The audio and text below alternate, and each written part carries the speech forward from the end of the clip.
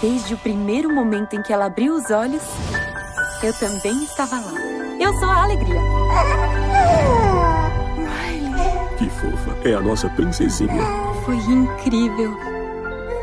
Quer dizer, por 33 segundos. Sou a tristeza. Oh, que bom! Pode tirar a mãozinha, obrigada. Depois a sala de comando virou uma feira. Esse cheiro não tá bom, pessoal. Essa é a Nojinho. Basicamente ela evita que a Riley se envenene. Brócolis. Eca! Toma essa! Esse é o Raiva. Esse é o Medo. Ele manda bem no quesito segurança. Essas são as memórias da Riley. A maioria delas é alegre. O que houve? Tristeza! Ela colocou a mão na memória. Como foi na escola? Foi até legal, eu acho. Faz voltar a alegria. Pode consertar, não pode?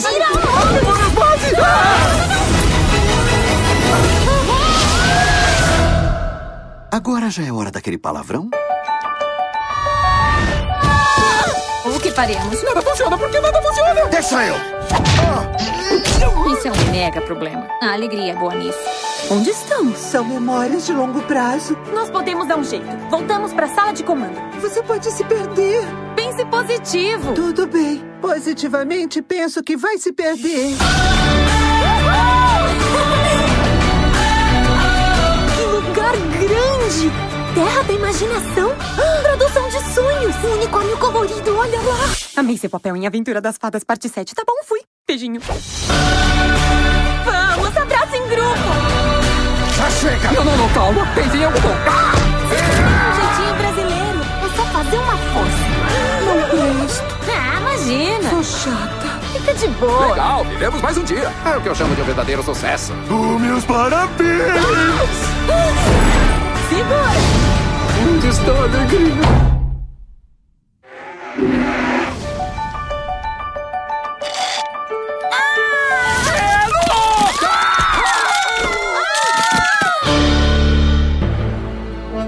Cinemação, o seu podcast sobre cinema. Acesse nosso site cinemação.com. Cinemação.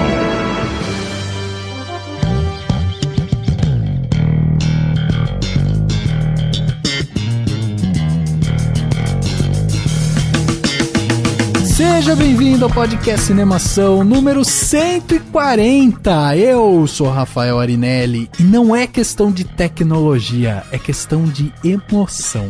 Eu sou o Daniel Cury e fazia tempo que eu não chorava no cinema. Que bonitinho. Aqui é o Henrique Risato. E se todo mundo tem uma emoção que prevalece e coordena a vida, a minha, sem dúvida, é a Nojinho. Eu nem tenho vergonha de falar isso. Eu sou Emerson Teixeira e Here is my mind. Olha só, muito bom, muito bom. Estamos reunidos nesse podcast muito especial, né? Um podcast que com certeza mexeu com a gente, né? Um filme que tocou nossas emoções, é um filme sobre emoção, que toca a emoção, então isso é muito bacana. E a gente trouxe aqui o Emerson Teixeira, que já participou aqui, inclusive é da Casa Cinemação, né? A gente tá fazendo, como que chama, Henrique? Um crossover? Como que chama isso, Henrique? É um spin-off. É um spin-off. É um crossover. A gente tem um spin-off e a gente tá vivendo nesse momento um crossover. Isso aí. Né? Eu tô me sentindo agora um herói da Marvel. Viu só? Dá licença. Você é o Batman aparecendo nos Vingadores, Emerson. Você não tá entendendo essa importância. Interessante. Eu me visualizei como um Thor, assim, loiro, os olhos azuis. Mas tá bom. Eu sou o Batman. Fazer o quê, né, cara? Muito bem, você que não conhece, tá aqui o Emerson pra te convidar também pra escutar o Cronologia do Acaso, não é isso, Emerson? Sem dúvida. Eu digo sempre, pulsando uma cena, que o Cronologia é o nosso hospital psiquiátrico, né, cara? Em forma de podcast, né? A gente fala sobre filmes que ninguém viu. Sim. E mais do que isso, sobre sentimento, emoção, olha aí. Exatamente. Tem uma relação. Exatamente. Eu não estou aqui por acaso. Eu tento acreditar que não. Eu tento acreditar. Não. Foi escolhido a dedo porque a gente precisava de uma pessoa dessa que viesse de um centro psiquiátrico. Exatamente, cara. Às vezes é bom, né? Eu fugi, eu tô foragido, mas faz parte da vida, né? A gente recebeu uma sugestão, né? Falaram assim, pô, vocês deviam convidar um psicólogo pra participar do podcast sobre Divertidamente. Aí eu pensei assim, não é um psicólogo, mas é quase, né? Então tá valendo. Tá valendo. Eu dei risada quando eu vi isso. Mas, cara, é isso aí. Fica também o convite, então, pra quem não conhece, vai lá conhecer o Cronologia do Acaso. Tá aqui no Cinemação, podcast que sai a cada 15 dias. Tem aí a coordenação, o envolvimento todo aí do Emerson e tal. E do Sandro também, os dois caras que tocam o Cronologia. E é um papo muito legal. Não à toa, né? A gente trouxe eles pra cá. A gente gosta muito do conteúdo que o Emerson faz, então já fica também esse convite. Mas, obviamente, que aqui hoje no podcast 140 a gente trouxe o Emerson para conversar sobre o filme da Pixar Divertidamente. É o novo filme da Pixar que encantou muita gente, tá levando a criançada pro cinema e a criançada entra com os pais no cinema e os pais saem chorando e as crianças felizes. É incrível a comoção que esse filme tá trazendo e a gente vai discutir tudo sobre Divertidamente. Tem bastante história pra contar, né, Rafa? Sobre o filme e o pós-filme. Exato. Tipo, toda a jornada, né, de assistir um filme como esse realmente foi muito legal e tem realmente todas essas histórias por dentro. Então vamos analisar esse filme com spoiler. Então se você não assistiu o filme, pula. Esse é um filme que, você tem que ir assistir, não dá pra você ficar tomando spoiler. É um filme que vale a pena ir no cinema. Então pula esse podcast, escuta outro podcast, escuta o Cronologia e tal, entendeu? E vai lá. E depois que você assistir, volta aqui e escuta tudo que a gente tem pra dizer sobre esse filme, porque é um filme que vale realmente um episódio. Vamos falar sobre Divertidamente logo depois do quadro Repercussão. Agora no Cinemação. Eu começo, então. Repercussão. E eu me surpreendi com o filme. Repercutindo o que rolou durante a semana. Repercussão.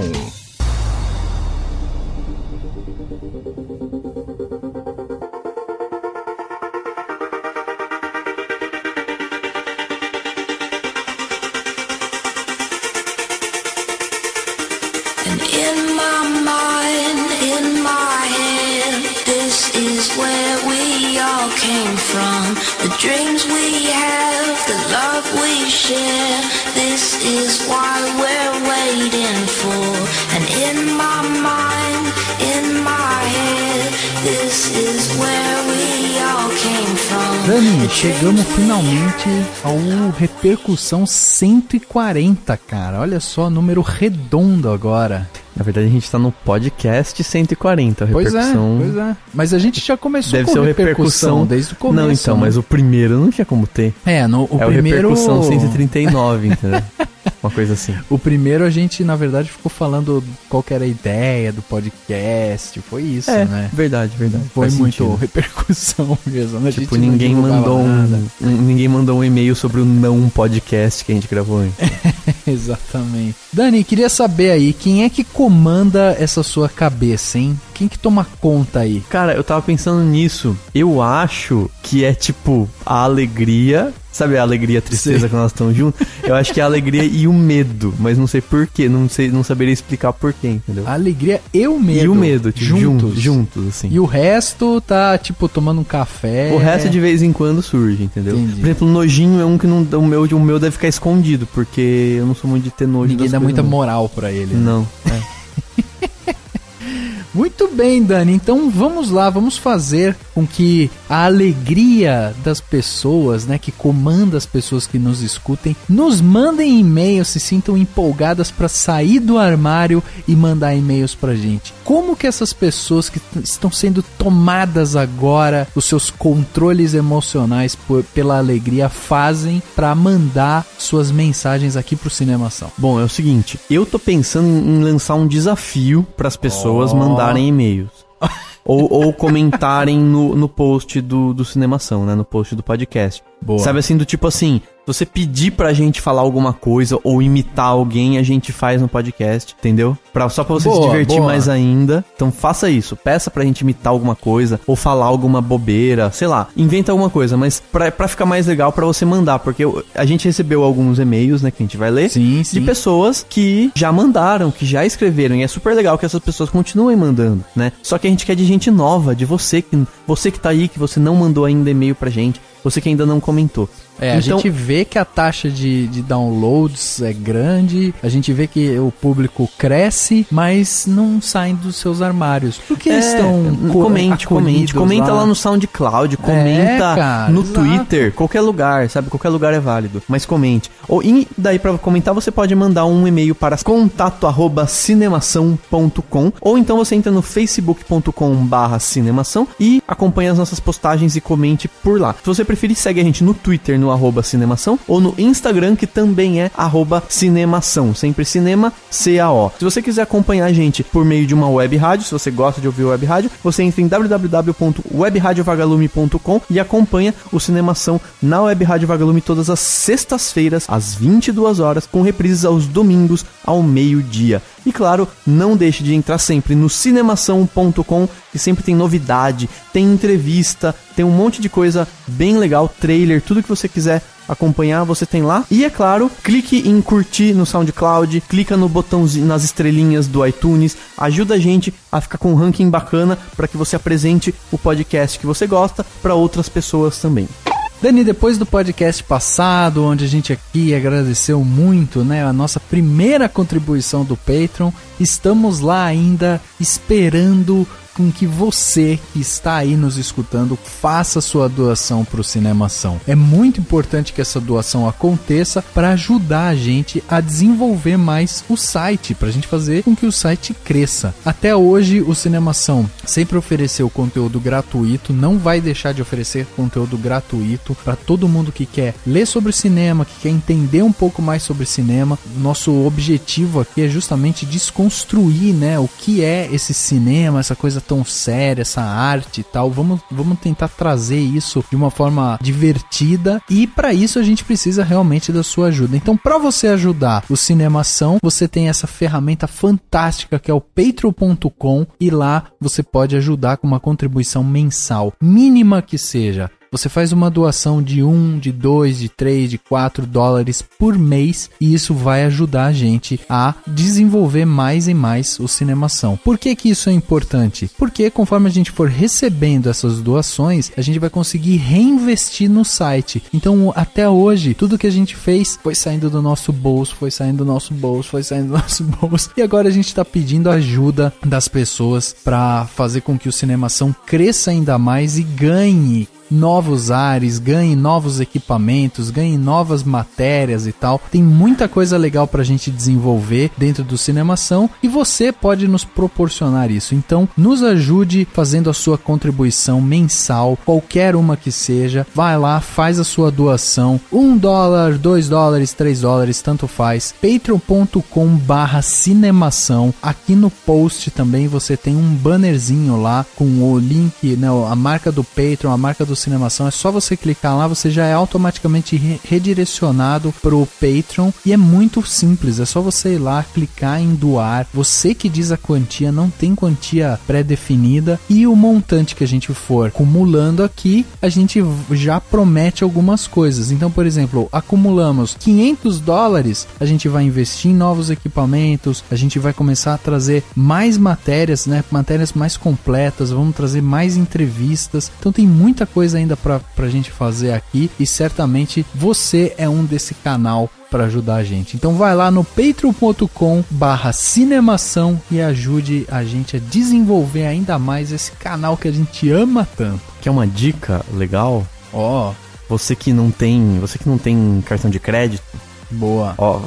Você pode ser safadinho, você pode ir lá no cartão de crédito do seu pai, pegar fazer o cadastro no Patreon e seu pai não vai nem perceber. Porque se for só $1 por mês, exato, ele não vai nem perceber, vai passar batido. Ele vai ver lá aquele monte de coisinha, tá bom. Ele vai achar que é a tarifa do banco, entendeu? E aí vai falar, nossa, de onde que veio isso, não sei o que, se descobrir. Aí você pode chegar pra ele e falar assim, pai, estamos ajudando a cultura no Brasil, ó. É, uma contribuição pra cultura. Mas você vai ver, tem gente que faz isso com Netflix, que é 17 por mês, $1 por mês, não vai nem perceber.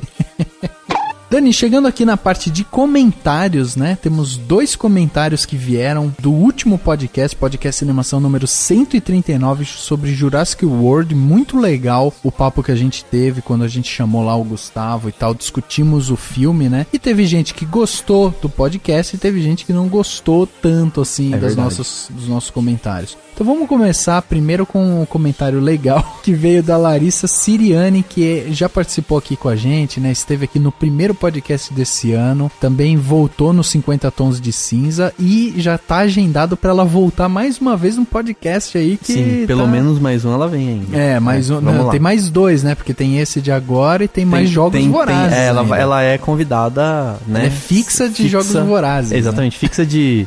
literatura no cinema. A nossa especialista em Katniss. Exatamente.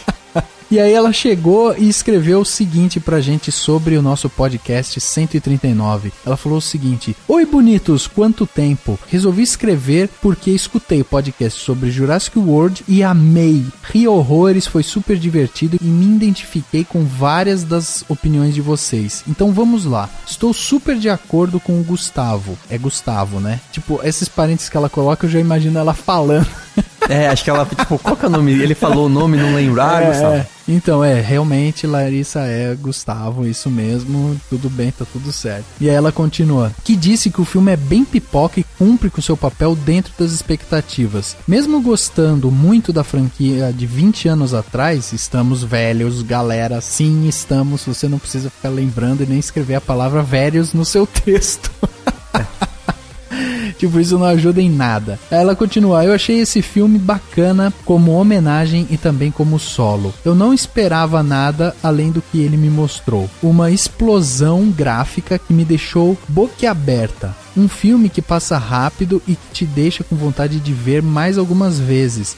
Não por ser muito bom, mas apenas por ser muito divertido. Apesar de ter, entre parênteses, muitas falhas de roteiro e de os personagens irem do nada para lugar nenhum em termos de evolução, é um filme legal. A quem queremos enganar, né? A gente foi no cinema para ver dinossauros. Não, gente, é verdade, não dá para esperar muito quando você tem...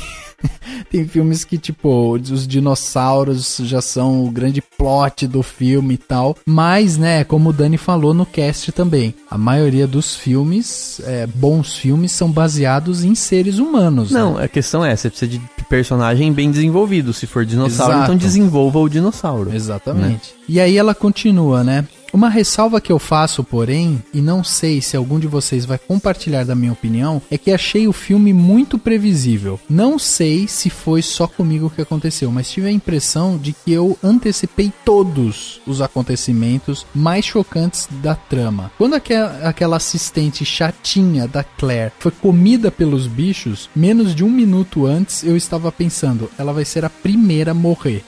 Tipo, é como eu falei do cara, que a gente não pode ficar dando spoilers aqui, né? Mas é como eu falei, tem personagem que você vê, cara, um alvo, sabe? Um carimbo, tipo, meu, você tá marcado pra morrer nesse filme, não adianta. Daí ela continua dando aqui mais alguns pequenos spoilers que eu não vou ler, desculpe Larissa, mas é porque a gente não pode ficar dando spoilers aqui no Repercussão, né? Mas ela continua falando assim, pra mim, faltou um elemento surpresa nesse filme, talvez seja só meu eu meio cansado do estilo blockbuster de narrativa, mas acho que até uma briga de dinossauros poderia ter sido melhor. Ah, e obrigada por comentarem sobre aquele imenso momento sem noção do pseudos militares. Foi extremamente desnecessário. Beijos de luz. Eis a mensagem aí da Larissa. Eu acho que assim, ó, a gente compartilha sim da sua opinião dessa falta de surpresa. A gente comentou isso, inclusive, no podcast, né? De o filme ser um filme que ele é...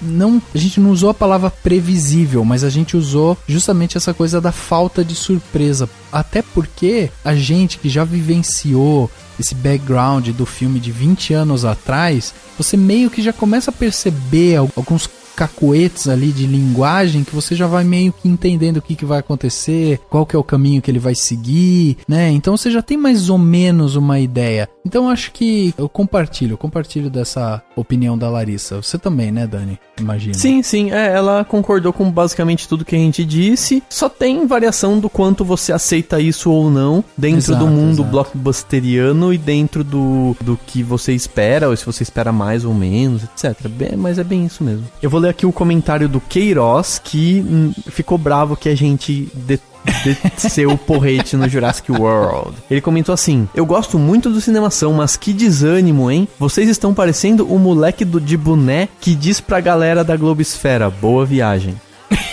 Né? Ele tá, né? Que isso, gente? Um blockbuster de qualidade, pô. Quanto à indagação do bombardeio de filmes de monstros, Jurassic World é superior a Godzilla e bota a superioridade nisso. Os pés de altura não compensam a ruindade daquele filme. E quanto a Pacific Rim, é Jaspion com um orçamento bilionário. É mais fantasioso, apesar de muito bem feito, do que num filme sobre criaturas que já habitaram esse planeta, que voltam a ter vida pela ciência e que encontram a possibilidade de criar híbridos para ficarem mais interessantes. Gostei do moleque vintage, acho que é criação, defendendo aqui. Talvez ele tenha sido criado à lá anos 80, criança que brinca, sabe? Diferente do mais velho, apático, como são os adolescentes de hoje em dia, e com a fuça no celular, que não sabe paquerar e é trollado pelo mais novo, por ficar só olhando as garotas. O Donofrio, então assim, o Queiroz tá lançando um monte de comentários sobre o filme, né? Sobre o que ele achou. Ele até critica alguma coisinha, mas ele tá falando, é um filme essencialmente muito bom, pô, né? É uma grande diversão. Uma grande diversão, pipoca, um blockbuster. Filme pipoca. E daí ele fala: o Donofrio, as ideias dele poderiam ser uma boa ponta para uma continuação, e o tal plano dele poderia ser um setor secreto do parque para justificar a presença de carnívoros, pois depois do primeiro, ignorando o 2 e o 3, né? O filme 2 e o 3, querer carnívoros naquele parque é uma baita idiotice, e criar um mais perigoso que o T-Rex bota maluquice nisso. Mas aí a gente lembra, porque ainda existe montanha-russa? O medo é um produto de venda. Outros detalhes, melhor não comentar, evitando os spoilers aqui. Digo que certos pontos concordo com vocês, como o fato de que ninguém está entediado com o parque, e os momentos que mais se divertem é com os vegetarianos, não esquecendo, claro, o Croc que aparece no trailer. Aliás, que final previsível, né? E outro, acho que vocês estão com muito rigor com o filme. A camuflagem foi a serviço da cena, pelo amor de Deus. Sabe aquele relaxamento ao ver Vingadores? Vale aqui. E é duro admitir que os carros de George Miller são mais rápidos que os Raptors do Jurassic World. Valeu, Cinemação. Enfim, o Queiroz ficou bravo que a gente pegou pesado com o filme, e eu até respondi pra ele no comentário. Eu falei, assim, a gente, claro, na hora de analisar o filme, a gente vê as coisas ruins, as coisas que a gente não gostou, a gente, né, critica. Ou que gostou também, né? Ou que gostou, mas a gente acaba falando um pouco mais dos problemas do filme, e ele é um filme com problemas, é um filme que podia ser muito melhor se tivesse esses personagens mais desenvolvidos, etc. E eu até respondi pra ele, eu falei, na hora de que a gente assistiu, claro que a gente se divertiu, eu fui lá assistir, me diverti, não me arrependi de ter pagado o ingresso, porque foi diversão, né? Enfim, mas ele até fala, eu já ouvi comentários, enfim, sobre o Mad Max, e assim, eu particularmente acho que Mad Max tá anos-luz à frente do Jurassic World. Sim, mas nem dá pra comparar. Não dá pra comparar, mas é um filme divertido, tanto que todo mundo deu nota boa, eu dei 3. Sim. O resto deu 3,5, 3 e pouco. É quase 5 estrelas.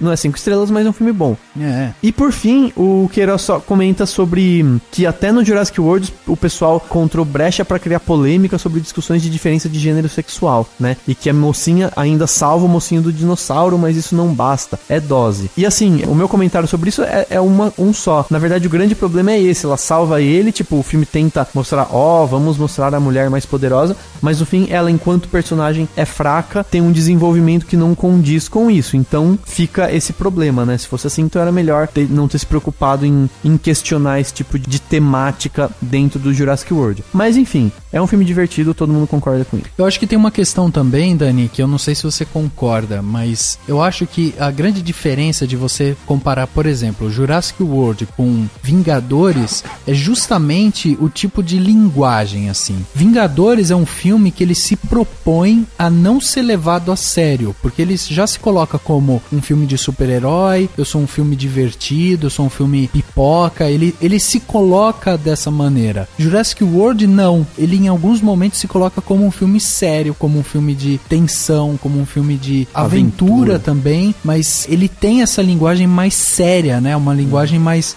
assim, pesada do que, por exemplo, Vingadores, entende? Por mais que no Vingadores você tenha, vai ter a destruição do mundo, não sei o quê, você sempre tem aquelas brincadeirinhas, uma quebra ali naquela coisa, poderia ficar mais pesada. Agora, no Jurassic World, não, você aparece uma coisa muito mais pesada, foge do controle, o animal, caçando pessoas e tal, se camuflando e tal. Ele tem menos dessas tiradas e por isso você acaba julgando ele até com mais rigor em termos dramáticos do que Vingadores, por exemplo, entendeu? Sim, sim. Eu acho, acima de tudo, eu acho que a gente precisa saber separar, né? Uma coisa é se divertir, outra coisa é ser exigente até com a diversão, né? Eu acho que aí entra numa outra discussão que daria um outro podcast, inclusive, que é aquela coisa que algumas pessoas falam, desliga o cérebro, isso, né, pra ver esse filme. E ultimamente eu tenho me concordado com quem diz assim, cara, não é bem assim, não precisa desligar. O que é desligar o cérebro? Você tá querendo dizer que você aceita qualquer coisa, entendeu? E aí, de novo, repetindo, Jurassic World não é um filme ruim, né? Nossa, filme horrível. Não, ele é um filme legal e divertido, com problemas. Mas eu quero ver filmes bons, entendeu? Por isso que eu pirei com Mad Max. Exato. Entendeu? Exato. Por isso que eu falei, mano, o Mad Max é sensacional, porque ele me divertiu, entendeu? E eu não precisei desligar o cérebro, porque eu terminou o filme, eu fiquei pensando nele, e cada vez que eu pensava, eu falava, mano,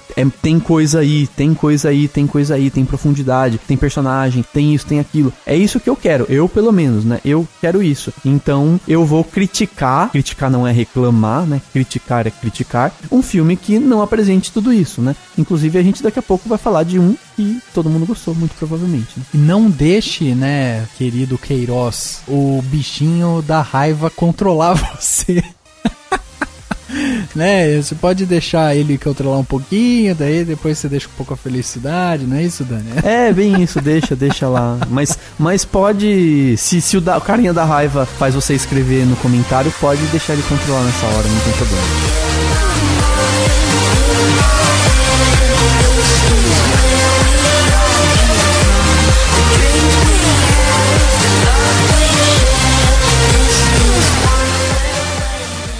Já se perguntou o que nos faz sentir o que sentimos?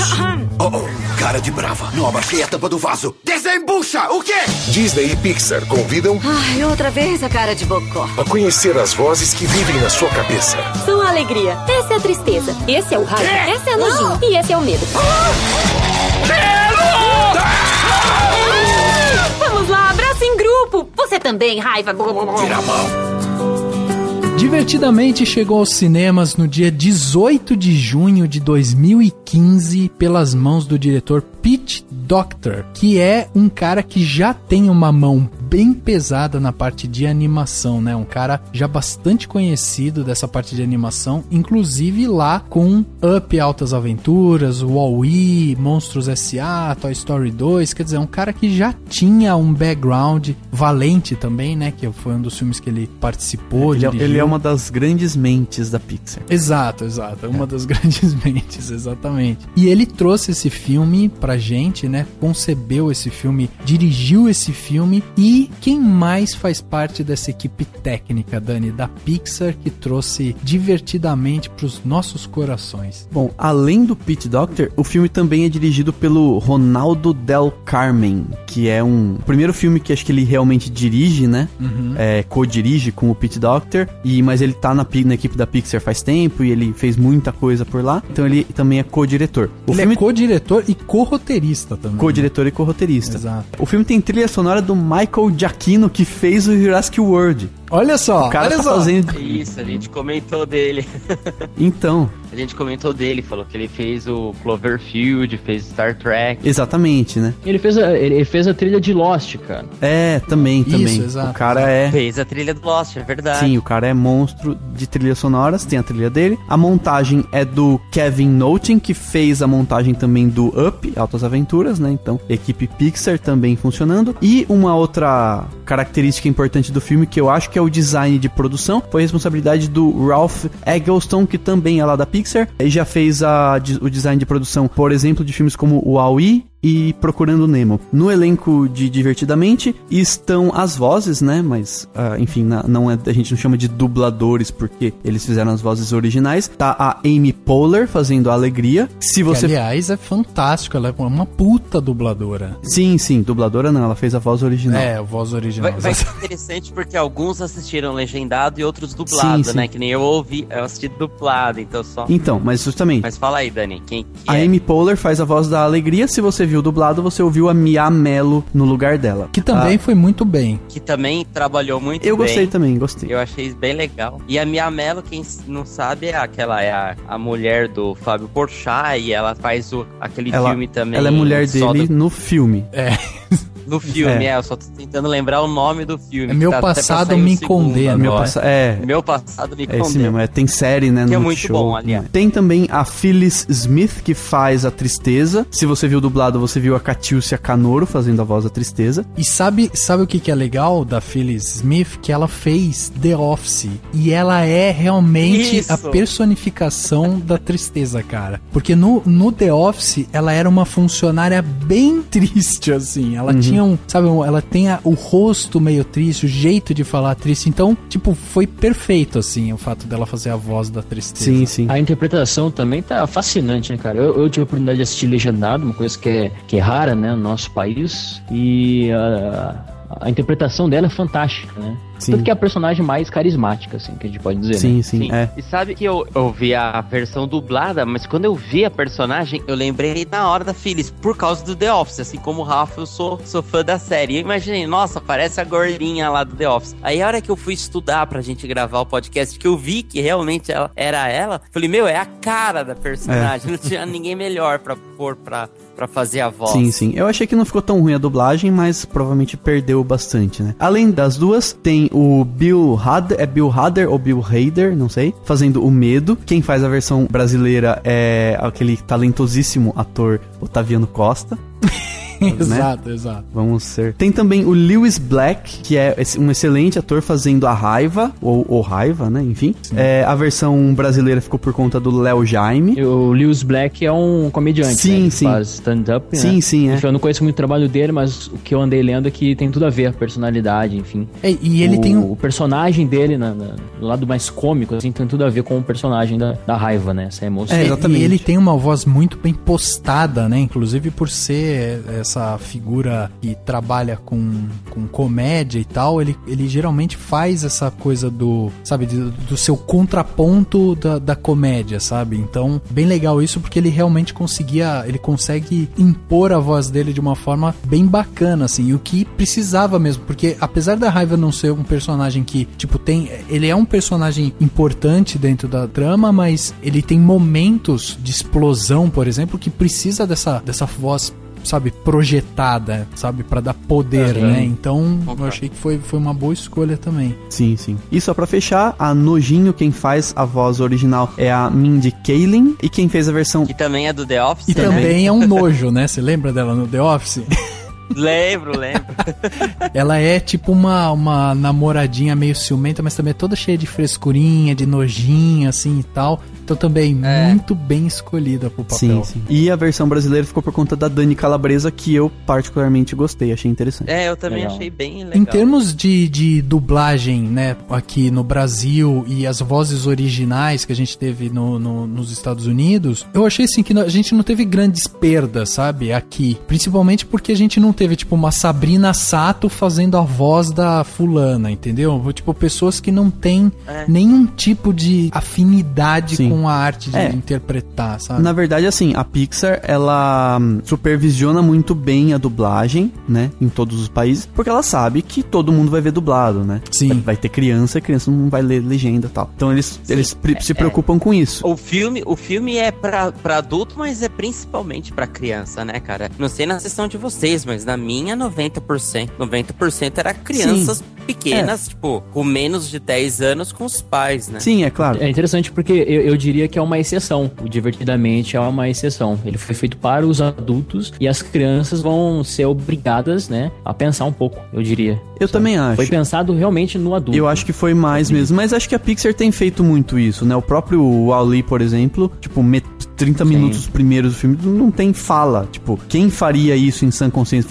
Vou fazer um filme sem fala pras crianças, né? Sim, mas é que ela não é bem explicado isso, né? É assim, Disney, criança claro. vê na TV, o pai vê, o pôster, tipo, lógico que é um filme adultos, a gente vai debater, mas, cara, tá lá, puta símbolo da Disney, gigantesco. Mais fácil, tipo, minha priminha de 5 anos, eu quero ver esse filme do que o meu pai de 50. Mas eles sabem que vai a família, né? Tipo, o público-alvo é a criança com os pais. O Disney sempre quis do parque. Exatamente. Né? O Walt Disney sempre falou, eu quero um parque em que a criança vá, mas os pais se divirtam juntos. Exato. É isso que a Disney Pixar tá fazendo. É uma coisa que eu queria complementar, então, acerca da ficha técnica, né? Primeiro sobre o Pete Docter, porque eu acho que o que ele faz é o seguinte, ele pensa o novo dentro da Pixar, né? A Pixar, a gente sabe que ela tem toda essa categoria, por assim dizer, para criar histórias cativantes, no mesmo tempo profundas, né? Mas o Pete Docter, ele faz isso com aquela substância que agora me vem na cabeça o Charlie Kaufman na cabeça, né? Sim.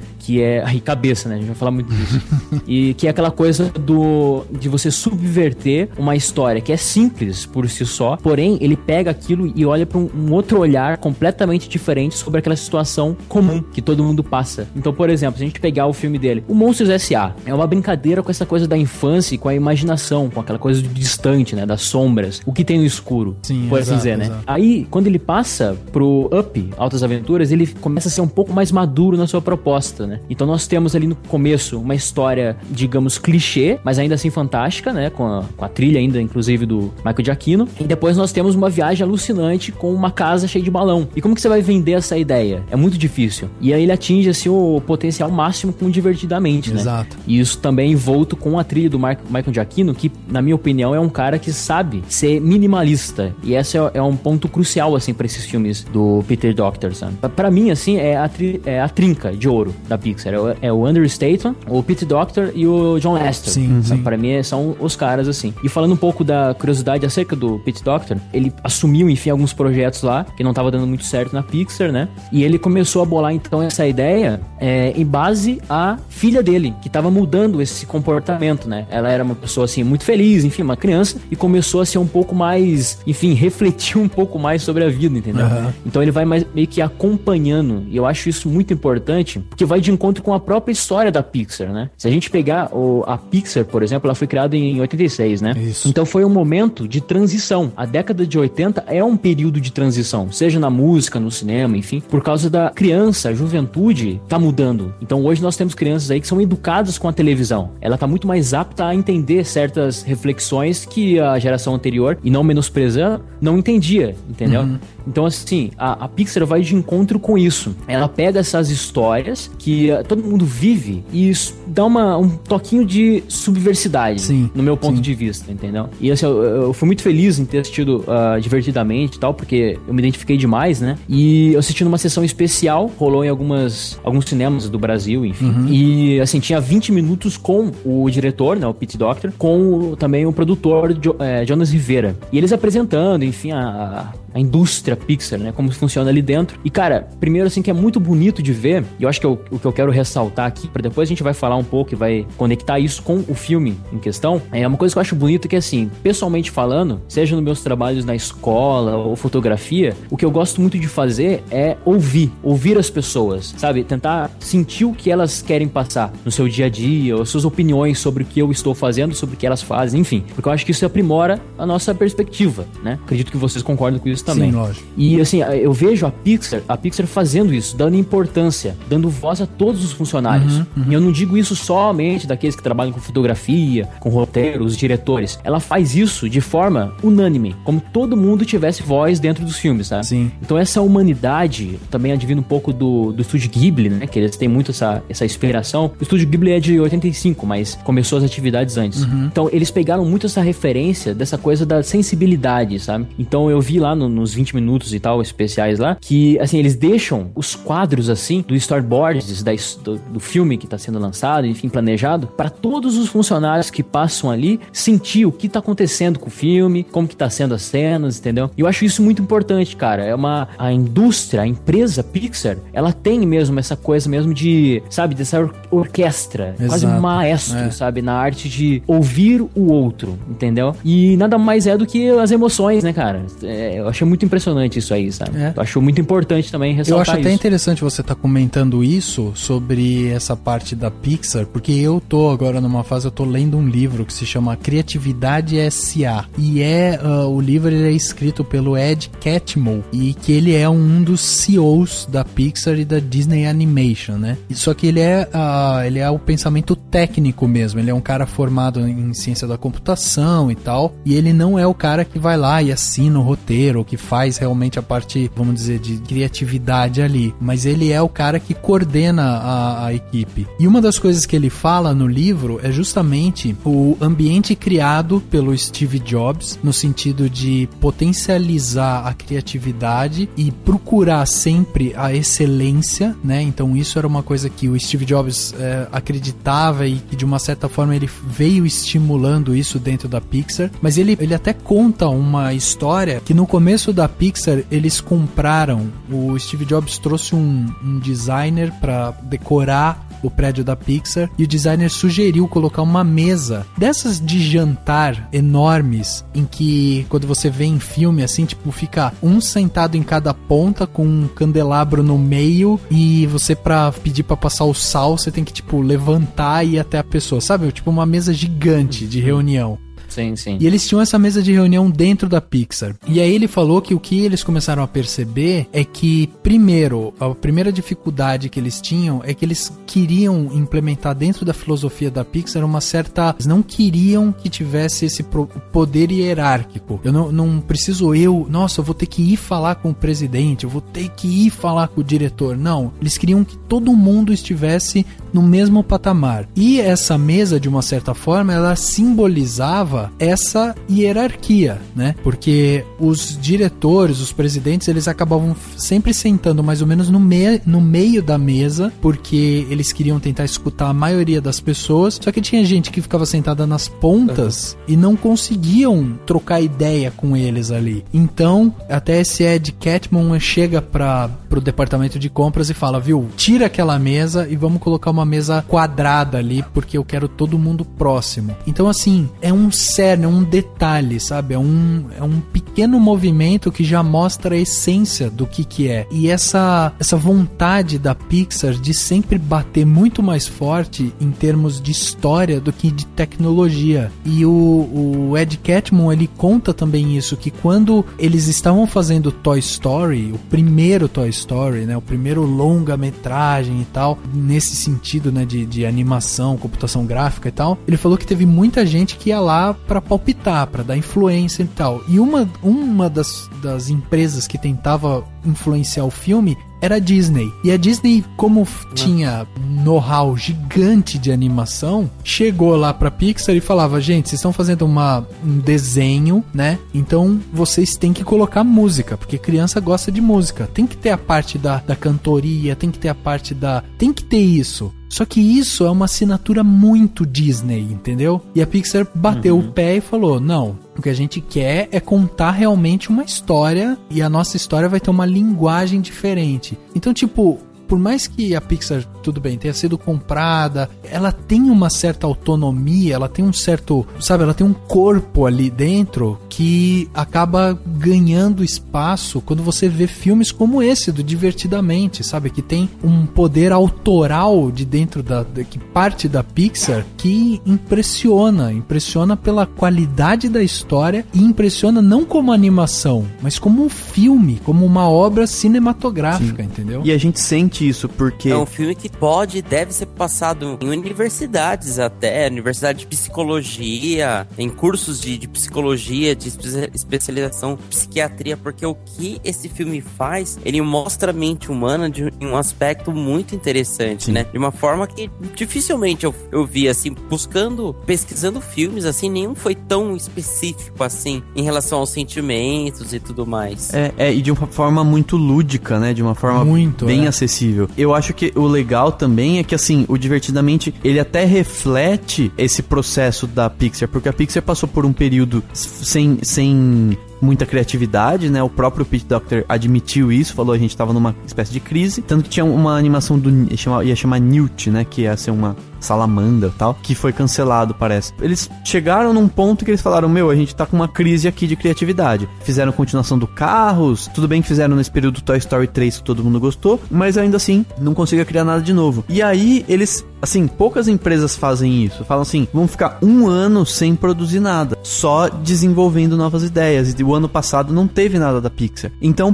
por um lado, a gente, mesmo quem não acompanha isso em detalhes, sente que a pessoa sabe que faz tempo que não tem nada da Pixar, vai lá e vê uma coisa que tem tudo a ver, inclusive, com a criatividade, porque é o ser humano, é pensamento, é sentimento, é uma coisa que envolve muito a questão profunda. Então, e você vê que foi muito bem pensado, assim, cada detalhe, né? Então, eu acho muito legal porque, assim, a história externa, né, do estúdio tá refletindo o que aconteceu internamente de uma forma bem bacana. Exatamente. Riley is acting so weird. Why is she acting so weird? What do you expect? All the islands are down. Joy would know what to do. That's it. Until she gets back, we just do what Joy would do. Great idea. Anger, fear, disgust. How are we supposed to be happy? Hey, Riley, I've got good news. I found a junior hockey league right here in San Francisco, and get this, tryouts are tomorrow after school. What luck, right? Hockey? Uh-oh, what do we do? Guys, here, you pretend to be Joy. Won't it be great to be back out on the ice?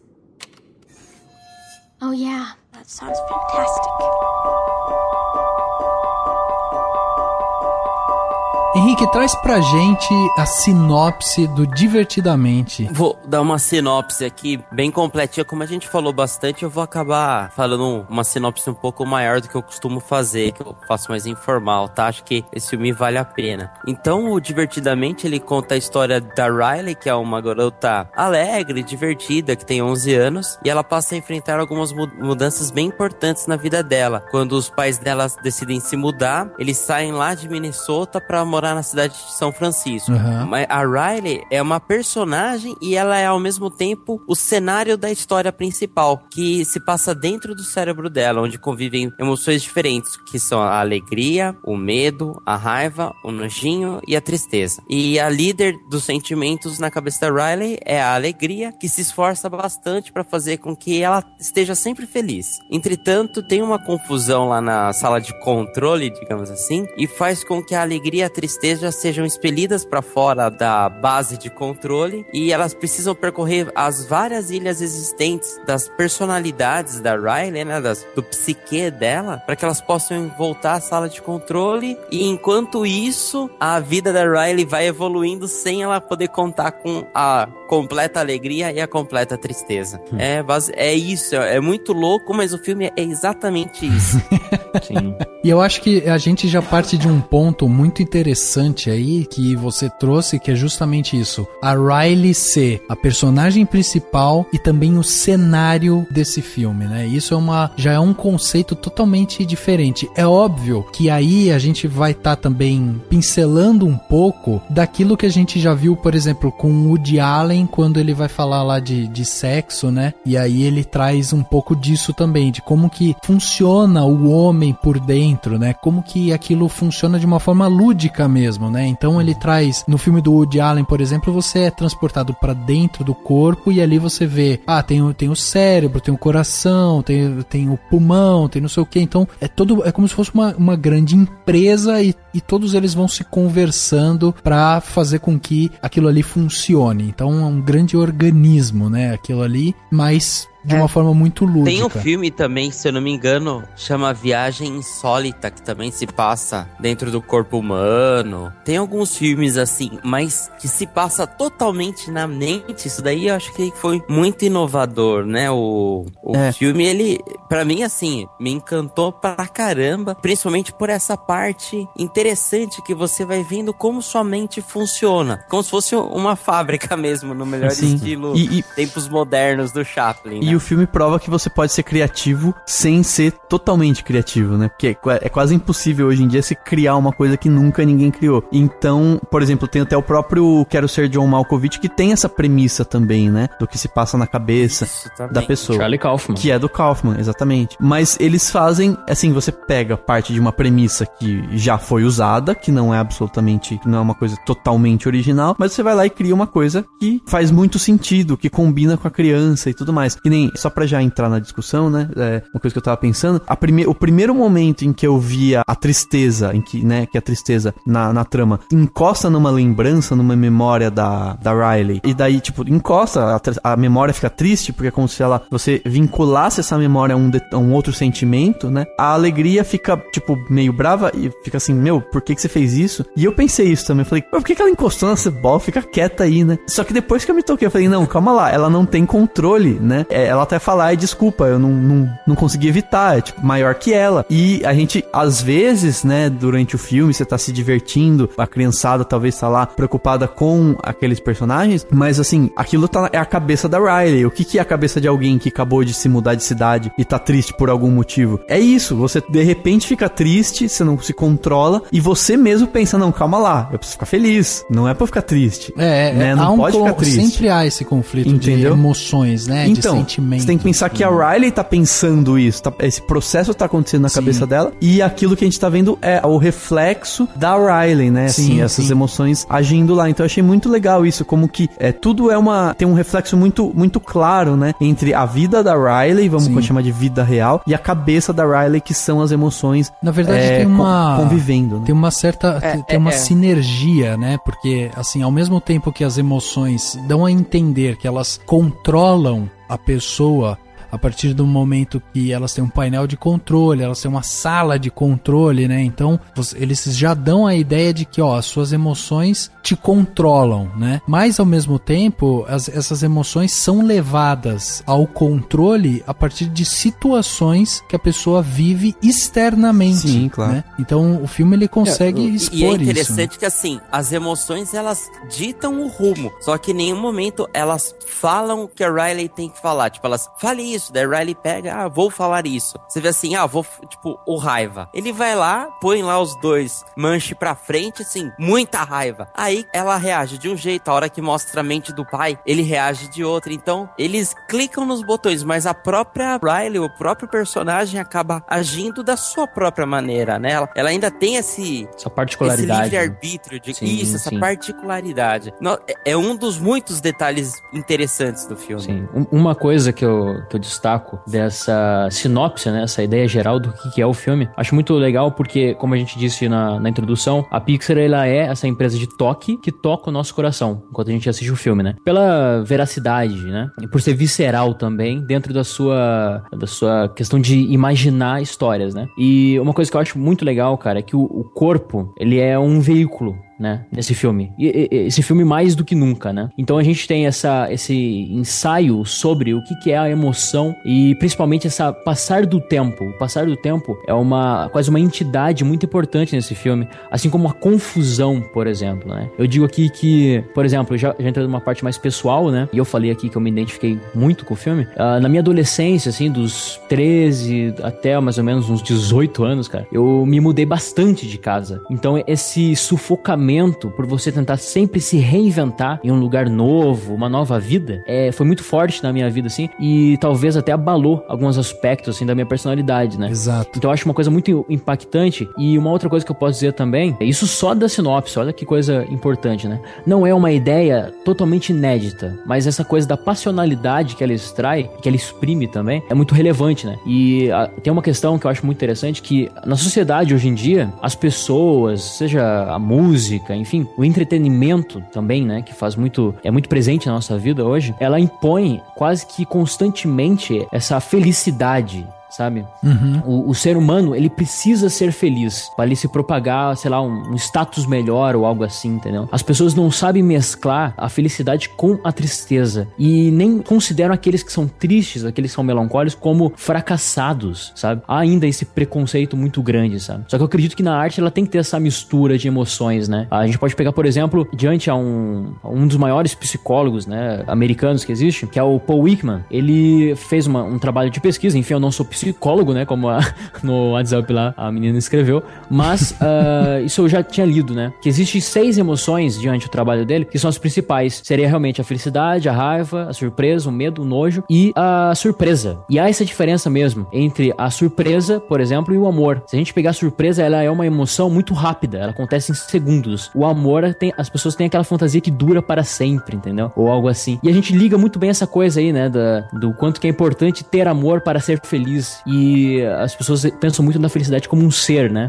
Não como um estar. A felicidade é um estado, entende? Então acho que é uma brincadeira muito legal com essa coisa da felicidade ser a protagonista, ela ser o líder dessas emoções que controlam um outro alguém, entendeu? É interessante que eles usam em inglês joy, que traduz bem que seria alegria, porque você evita um pouco até a discussão da felicidade, que é uma coisa talvez um pouco mais ampla, né? Alegria é você, sei lá, tudo bem que dá pra se debater isso por muito tempo, mas alegria é o estado naquele momento, né? Felicidade talvez você possa pensar que seria um ponto de vista sobre a vida, etc, né? Então, mas é interessante que eles usam o termo pra gerar menos conflitos, né? Que seria alegria, né? Sim. Eu só ia pontuar 2 coisas do que vocês falaram. A primeira é que realmente a gente tem muito sentimento, né? Como o Emerson tava explicando. Quando os roteiristas estavam escrevendo o filme, eles chegaram a pontuar 27, e entre eles estavam sim a surpresa, como o Emerson falou, e tinha o orgulho, a confiança, mas daí eles listaram esses 5 base, que digamos assim, o número 5 acaba sendo um número cabal, até mesmo da ideia dos 5 sentidos. E eu achei muito interessante quando mostra a mente da mãe. Na mente da mãe, quem coordena é a tristeza, é o contraponto da tristeza na mente dela. Isso, exato. Não sei se vocês chegaram a reparar isso. Ela tá diretamente ligado com o tempo, né, cara? Porque a mãe é mais velha, enfim, experiências, né? Exato. E dita também. Eu até achei. E você faz. Inicialmente eu achei que ela pudesse ser um pouco, não depressiva, mas você vê mesmo que ela é mais tranquila, ela não faz tantas brincadeiras do pai, entendeu? Ela não é uma pessoa triste, mas você vê que ela é uma pessoa mais fechada, assim. Mas isso não tem nada a ver. Eu acho que não tem nada a ver com a forma como a pessoa se porta. É mais assim, esse conceito de quem comanda seria assim, o sentimento que mais está presente, né? Que mais prevalece, mas não significa que a pessoa, por exemplo, na Riley, até o momento que o filme começa, é a alegria. Não significa que é uma pessoa que fica rindo 24 horas por dia, entendeu? Simplesmente é uma pessoa que mas prevalece. Eu não disse isso, que ela era unânime.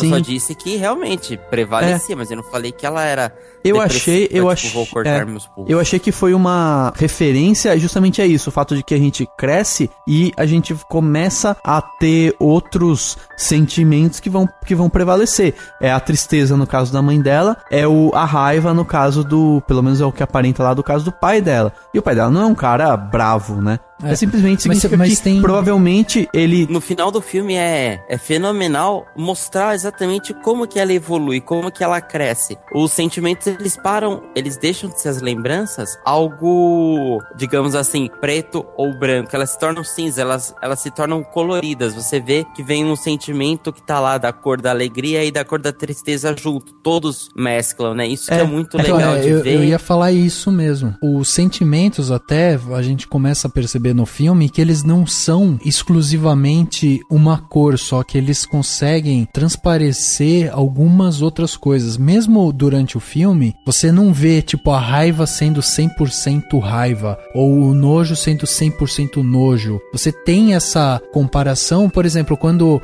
a felicidade tá conversando, quando a alegria tá conversando com a tristeza, você percebe que tem momentos que a alegria fala, você lembra daquele momento tal? E aí a tristeza fala, eu lembro, eu também gosto daquele momento e tal. Então não é porque ela é simplesmente um sentimento de alegria.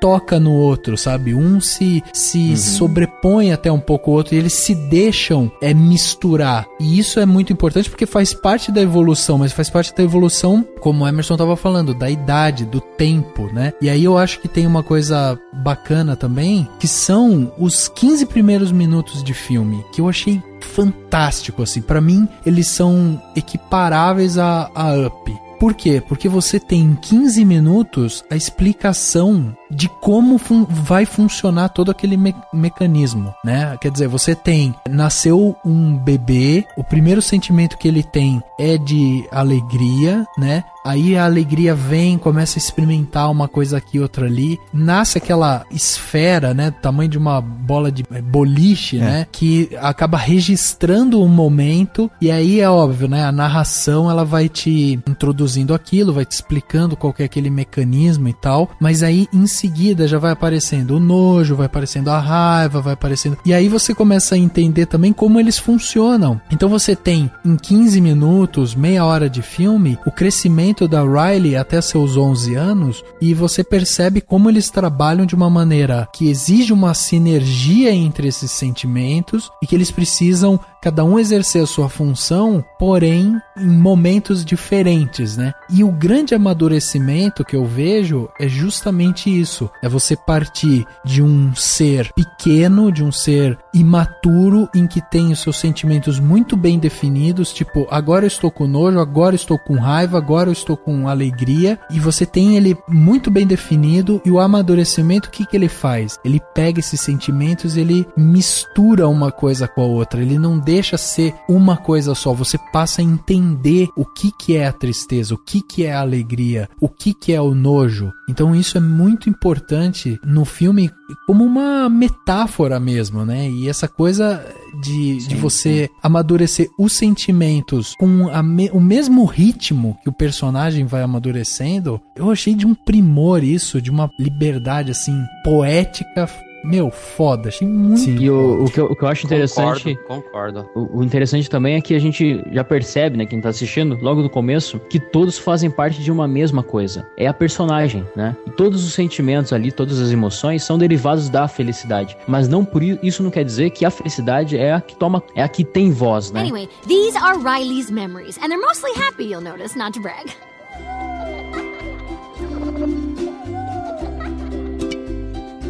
But the really important ones are over here. I don't want to get too technical, but these are called core memories. Each one came from a super important time in Riley's life. Like when she first scored a goal. That was so amazing. Hey, would you look at that? Very nice.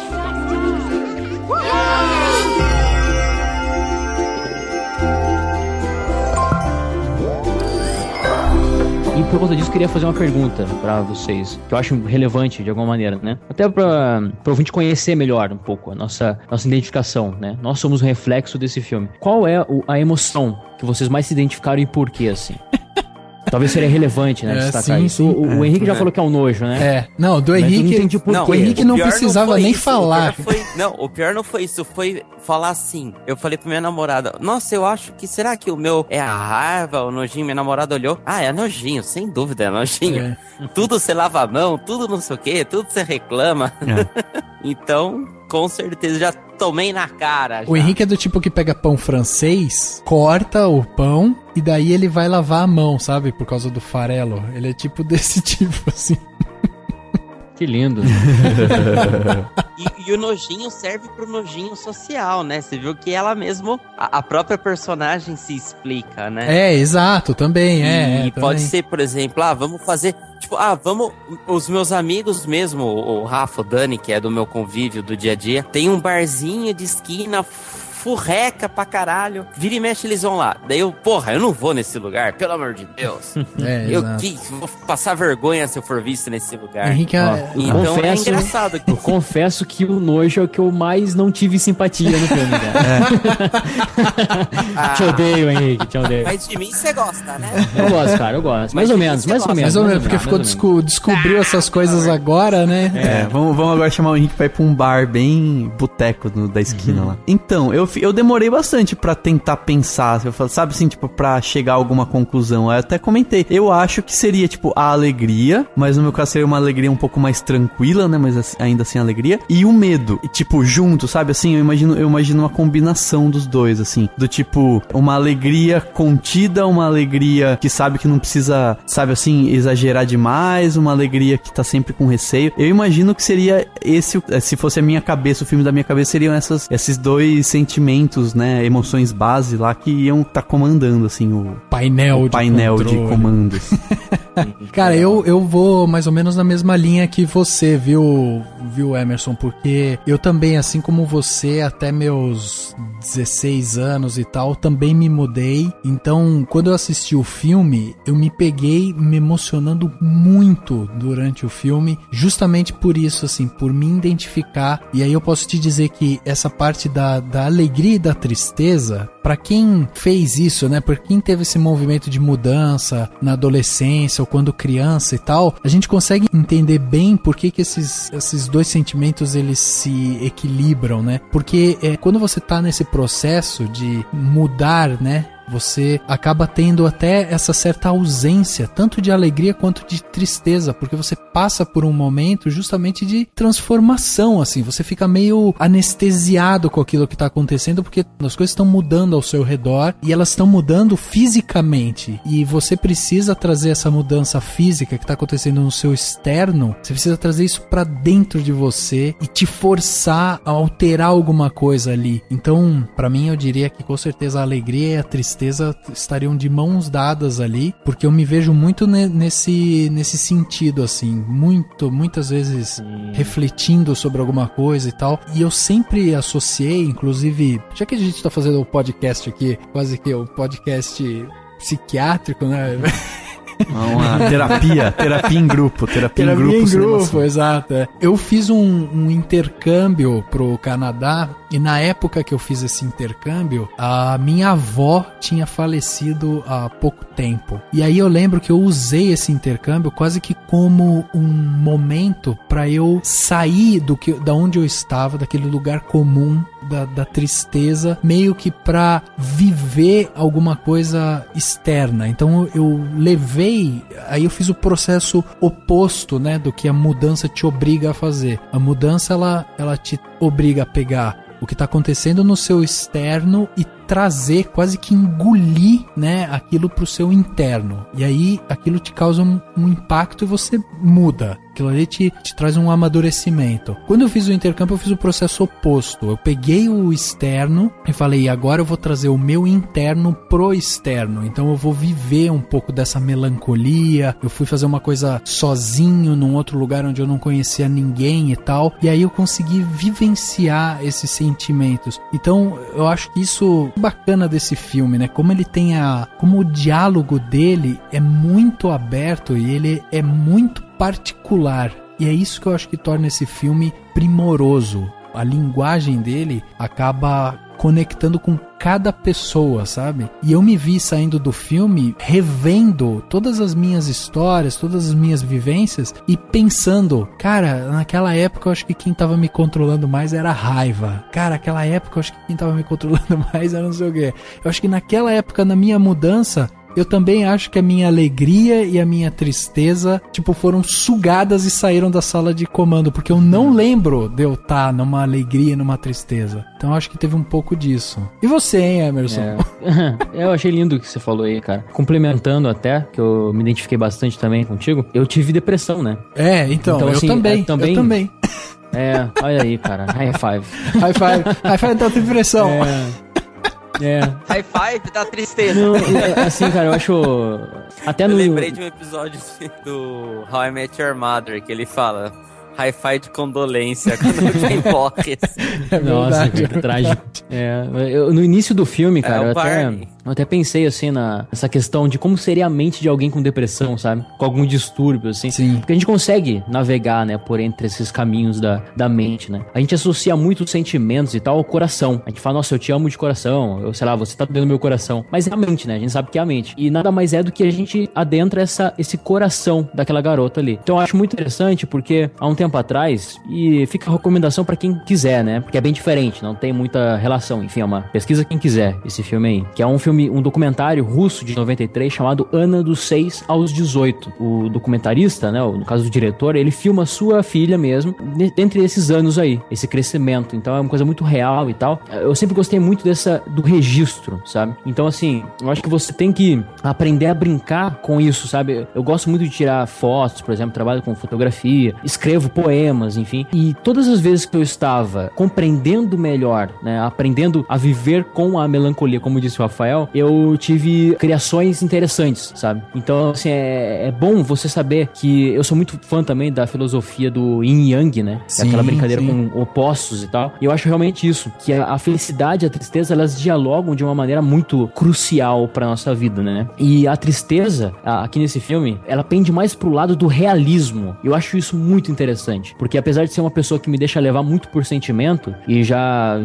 tive desastres por causa disso, eu também sou muito realista nesse aspecto, sabe? De não, eu sou assim e ponto final. Não tem problema em assumir. Então acho que isso é uma importância gigantesca da tristeza, esse realismo, assim, sabe? Então acho que é muito interessante. Não há nada mais enigmático do que crescer, né, cara? Então, exato. Realmente, assim, nesse aspecto é muito importante. E isso é muito legal também, né? Porque o filme, ele vai pegar uma personagem que é nova, 11 anos, e aí o filme, tipo, na sua narração, ele já começa falando o que pode acontecer de errado com uma menina de 11 anos? Não pode acontecer nada, entendeu? E é isso, cara. E as pessoas não ligam, não né? ligam, as pessoas né? não ligam. Exato. Você criança não pensa, não sente, nada. Exatamente. Né? Mas não, tem muita voz, né, cara? E é engraçado. Lembra muito o Toy Story, né? Porque o Toy Story, o Andy tinha mais ou menos essa idade e ele também tava se mudando. Tanto é que o enredo todo é aquela questão da mudança e você ter medo de ser deixado para trás, né? Uhum, exatamente. Você começa... Que é o que acaba o Woody e o Buzz brigando, né? Você começa a traçar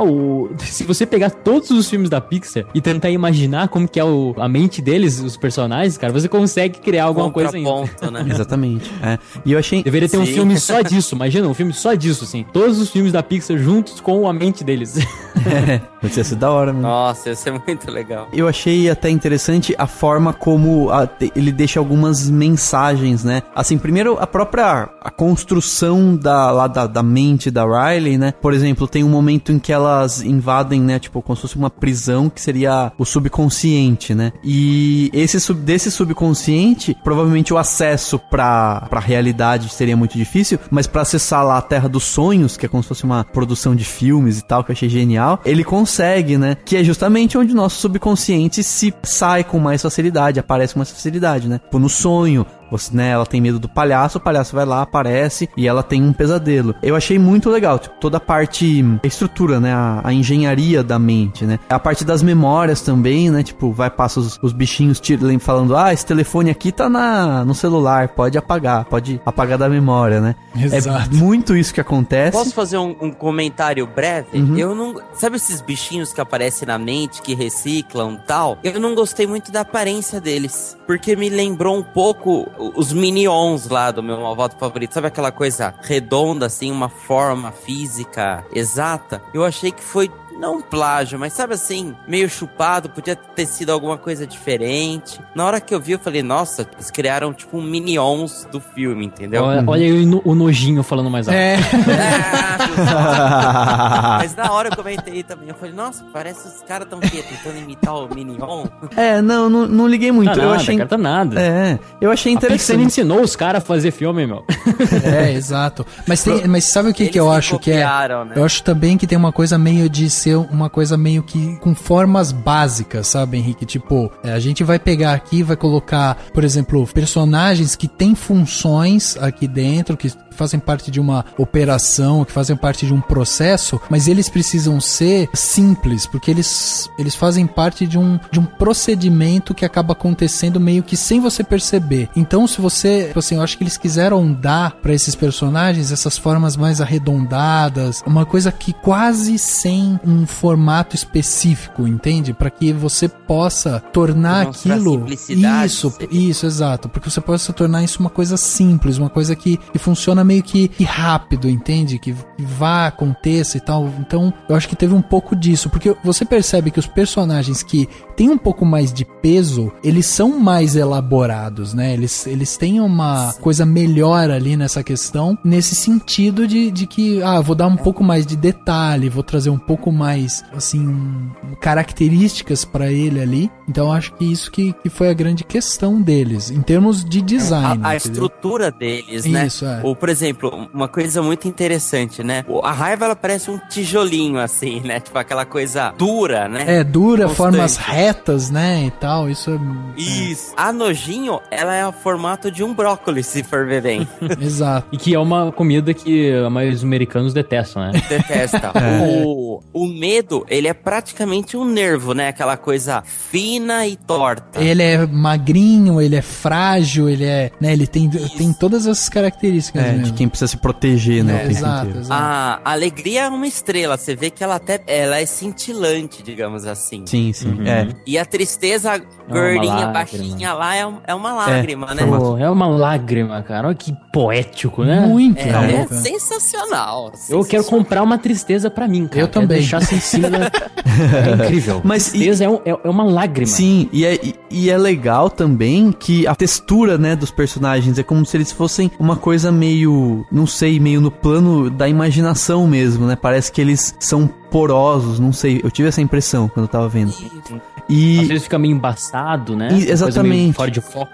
Meio bem plano imagético, né? Outra coisa da fotografia também que eu percebi, não sei, acho que vocês podem até complementar melhor até, essa diferença entre Minnesota, né? Que é a cidade da menina, que é uma cidade bem fria e tal, e na fotografia é quente, é calorosa, como se realmente fizesse parte das lembranças da garota. Não sei se vocês repararam nisso. Sim. Tem essa diferença. São cores mais vivas, né? São Exatamente. cores vivas quando mostra ela jogando, mesmo aquele branco, né, do gelo do lago congelado, é uma coisa que traz vida, né? Sim. E se você pegar geograficamente lá, eu não sou entendedor da geografia, enfim, mas se você pegar, geralmente os filmes que se passam lá são diferentes, né? Sim.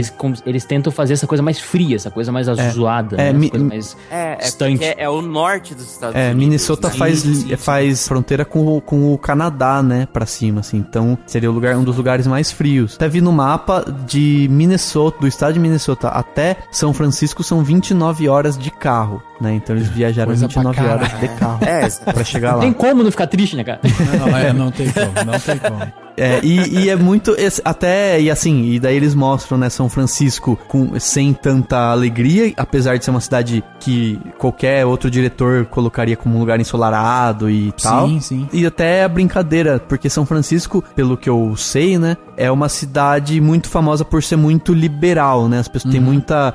Tipo, é uma das partes mais liberais. O estado da Califórnia. O estado da Califórnia, de uma forma geral, mas São Francisco ainda mais, né? E é muito legal que eles vão na pizzaria que só vende pizza com brócolis, que é muita coisa daquele bicho grilo que é vegetariano e, vai comer pizza vegana, essas coisas. E eu acho que combinou bem, assim, eles conseguiram fazer essa relação. Mas só pra voltar, assim, uma das coisas que eu achei muito genial foi um personagem que eu acho que é muito interessante, que é o Bing Bong, né? Sim, exato. Que é o amigo imaginário. Ele tava, tipo, perdido no meio da memória. Ele tava lá vagando, né? Exato. E eu achei que o destino dele foi absolutamente genial. Foi uma das partes que mais me emocionou. Porque foi a hora que eu vi o como você precisa... Que eu senti mesmo, né? O quanto você precisa desapegar de coisas da infância pra poder crescer, né? A felicidade nunca ia seguir o caminho dela se ela fosse conviver com o amigo imaginário que ela tinha quando ela tinha 3 anos. Exato. Eu achei isso absurdamente genial. A hora que tem o carrinho,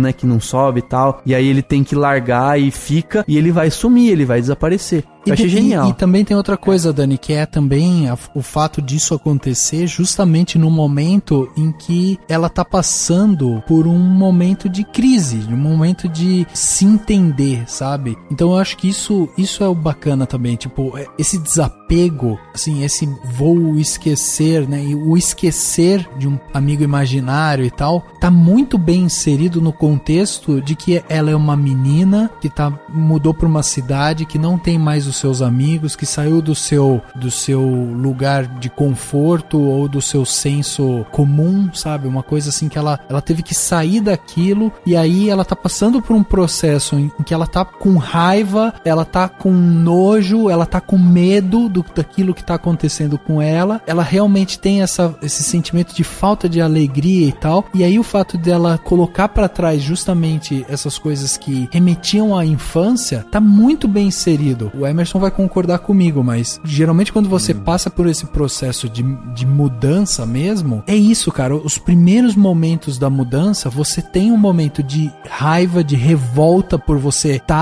tendo que fazer um negócio que é contra a sua vontade, você tem um momento de medo, porque você não sabe se você vai ser aceito, porque você se sente sozinho, porque você não sabe, você precisa se reinventar pra se encaixar, e você também tem um momento de nojo, mas esse momento de nojo de tipo, como que eu vou me arrumar? O que as pessoas estão pensando de mim? Sabe? O que eu vou fazer? Sim. Então é realmente isso. A raiva tem a questão da rebeldia também, né? Exato. O quanto que eu não xinguei Deus e o mundo, né? Por estar passando o que eu tava passando. Com o tempo, eu não sou a pessoa mais sábia e velha do mundo, mas com o tempo você aprende que não é não sentir, é aprender, é encontrar o equilíbrio por entre os vários sentimentos, né? Que você recorrentemente passa, né? Sorry, hold on. Hello? Wait. You're kidding. Stall for me. I'll be right there. The investor's supposed to show up on Thursday, not today. I gotta go. It's okay. We get it. You're the best. Thanks, hon. See you, sweetie. Dad just left us. Oh, he doesn't love us anymore. That's sad. I should drive, right? Joy, what are you doing? Just give me 1 second. You know what I realized? Riley hasn't had lunch. Remember? Hey, I saw a pizza place down the street. Maybe we could try that. Pizza sounds delicious. Pizza? Yes, pizza. Right on. That's good. What the heck is Who that? puts broccoli on pizza? That's it. I'm done. Congratulations, San Francisco. You've ruined pizza. Já essa questão do amigo imaginário, cara, eu fiz muito a leitura de que quando ela se desprende dele ali naquele carrinho, né? Uma cena emocionante, tem que dizer que eu chorei quase o filme inteiro. A partir, assim, que começou o filme, ela abriu o olhinho, assim, cara, eu tava muito emocionado já. Foi uma coisa muito interessante, assim. Pra mim, aquela cena também representou uma coisa, que é esse desprendimento, como você mesmo falou, das possibilidades infinitas. Porque se você pensar, o amigo imaginário, eu nunca tive um amigo imaginário, mas enfim, todo mundo brincou, conversou sozinho, enfim, imaginou, né, criou. Se a gente pensar, a criança, ela cria as possibilidades infinitas. Então, eu quero voar, eu estou voando. Então, eu quero criar um mar de chocolate, esse mar é de chocolate. Na vida da menina ali, a protagonista, ela tá passando por uma situação que não mais dá pra ela imaginar que dê tudo certo e realmente ela abre o olho e fique tudo certo. Vocês falaram da pizzaria, que só vende pizza com brócolis, por exemplo. Isso parece muito coisa de sonho, sabe? Quando você tá andando na rua, você quer entrar no negócio, mas algo te impede de fazer aquilo que você ama, né, por algum motivo. Então, tem as características de um sonho, né? Então a menina, ela tá trancada nessa possibilidade, digamos, diminuta, né? Diante as expectativas dela, enfim. Acredita que seja o ideal pra vida dela, né? Até aquele momento. Então ela tem que se desprender dessa facilidade de ganhar tudo, de estar tudo na mão, sabe? Por exemplo, a família. É notável que o pai e a mãe, eles dão muito carinho pra ela. Só que por aquele motivo, aquelas circunstâncias, eles estão meio distantes, né? E enfim, é consequência. E ela tem que aprender a lidar com isso, também com um pouco da distância da família, sabe? Aprender a lidar com os problemas sozinhos, e que nem tudo acontece do jeito que a gente quer, vai acontecendo, e a questão não é a gente ignorar ou excluir, banalizar sentimentos, mas é aprender a lidar. entendeu? Então acho que é muito interessante mesmo, assim. Exato. Lá no cinema foi muito legal. Legal não, foi bem interessante reparar na reação das crianças. Como eu falei, tinha muita criança na sessão que eu tava, em que numa questão, sei lá, de 10 minutos, a maioria chorou. Foi aquele barulho era de criança bem pequena chorando, por motivos completamente diferentes. Primeiro, aquele choro de agonia, de medo, a hora que a Riley tem o pesadelo, aparece o palhaço, desde o início da cena que tá lá o Billabong lá preso e o palhaço dormindo, sabe? Então você vê que as criançadas começaram a chorar, e daí quando o amigo imaginário morre, aí as crianças estavam chorando de novo, mas daí não era aquele choro por pesar mesmo. E na hora eu lembrei de quando eu era bem pequeno e eu fui assistir o Rei Leão. Eu não lembro se eu chorei ou não, mas das pessoas chorando assistindo Rei Leão, porque pra muita gente foi a primeira vez que teve o conceito da morte assim, como algo da vida, que geralmente os pais não chegam pra uma criança de 3, 4, 5 anos e falam, um dia você vai morrer, já era, viu?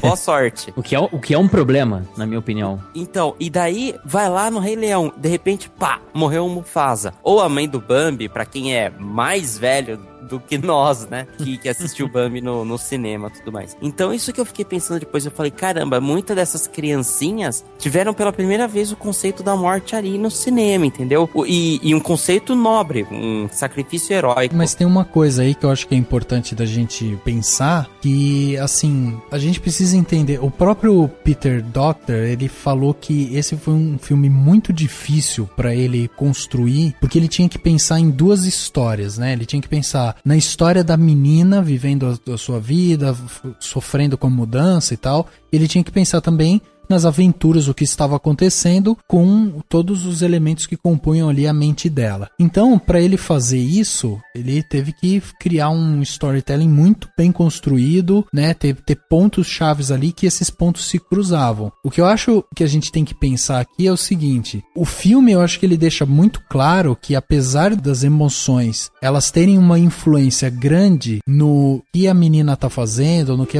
como a menina vai agir, é como vocês falaram antes, ela tem um certo livre-arbítrio. Então, o que pode acontecer ali é que a gente tá, na verdade, assistindo um filme que a gente fica analisando o que tá acontecendo com a Riley, mas o amigo imaginário não morre, entende? Assim como a felicidade ou aquelas ilhas não são destruídas permanentemente, entendeu? Porque quando você tá na cabeça dela e você tem estímulos de fora que vão te ajudando a construir um mundo dentro da mente dela, você percebe que esse conceito de morte, ele acaba sendo até explicado de uma maneira, eu não diria nem que leve assim, mas é uma maneira até filosófica, entendeu? Porque, assim, se ela em algum momento da juventude dela pegar e falar, porra, eu tive um amigo imaginário, ele era assim, começar a desenhar como é que era e não sei o que, pronto. O cara volta. Do mesmo jeito, ela podia estar puta porque ela porque ela se mudou de cidade ali, e a felicidade e a tristeza escaparam, né? Não estavam ali naquela sala de controle. E aí, no meio dessa mudança, ela poderia conhecer um menino e se apaixonar. E aí, nisso, a felicidade e a tristeza iriam encontrar uma ponte de emergência que jogariam elas de novo para a sala de comando. Então, o que eu acho interessante do filme é a gente entender isso, que tanto o estímulo externo quanto o estímulo interno, eles estão inteiramente conectados, entendeu? E aí... nós só morremos quando nós somos esquecidos, né? Exatamente. Exato. Exatamente. Nós mesmos somos imortais. Nós aqui que estamos conversando, Rafael, Henrique, Daniel, eu, nós somos imortais, né?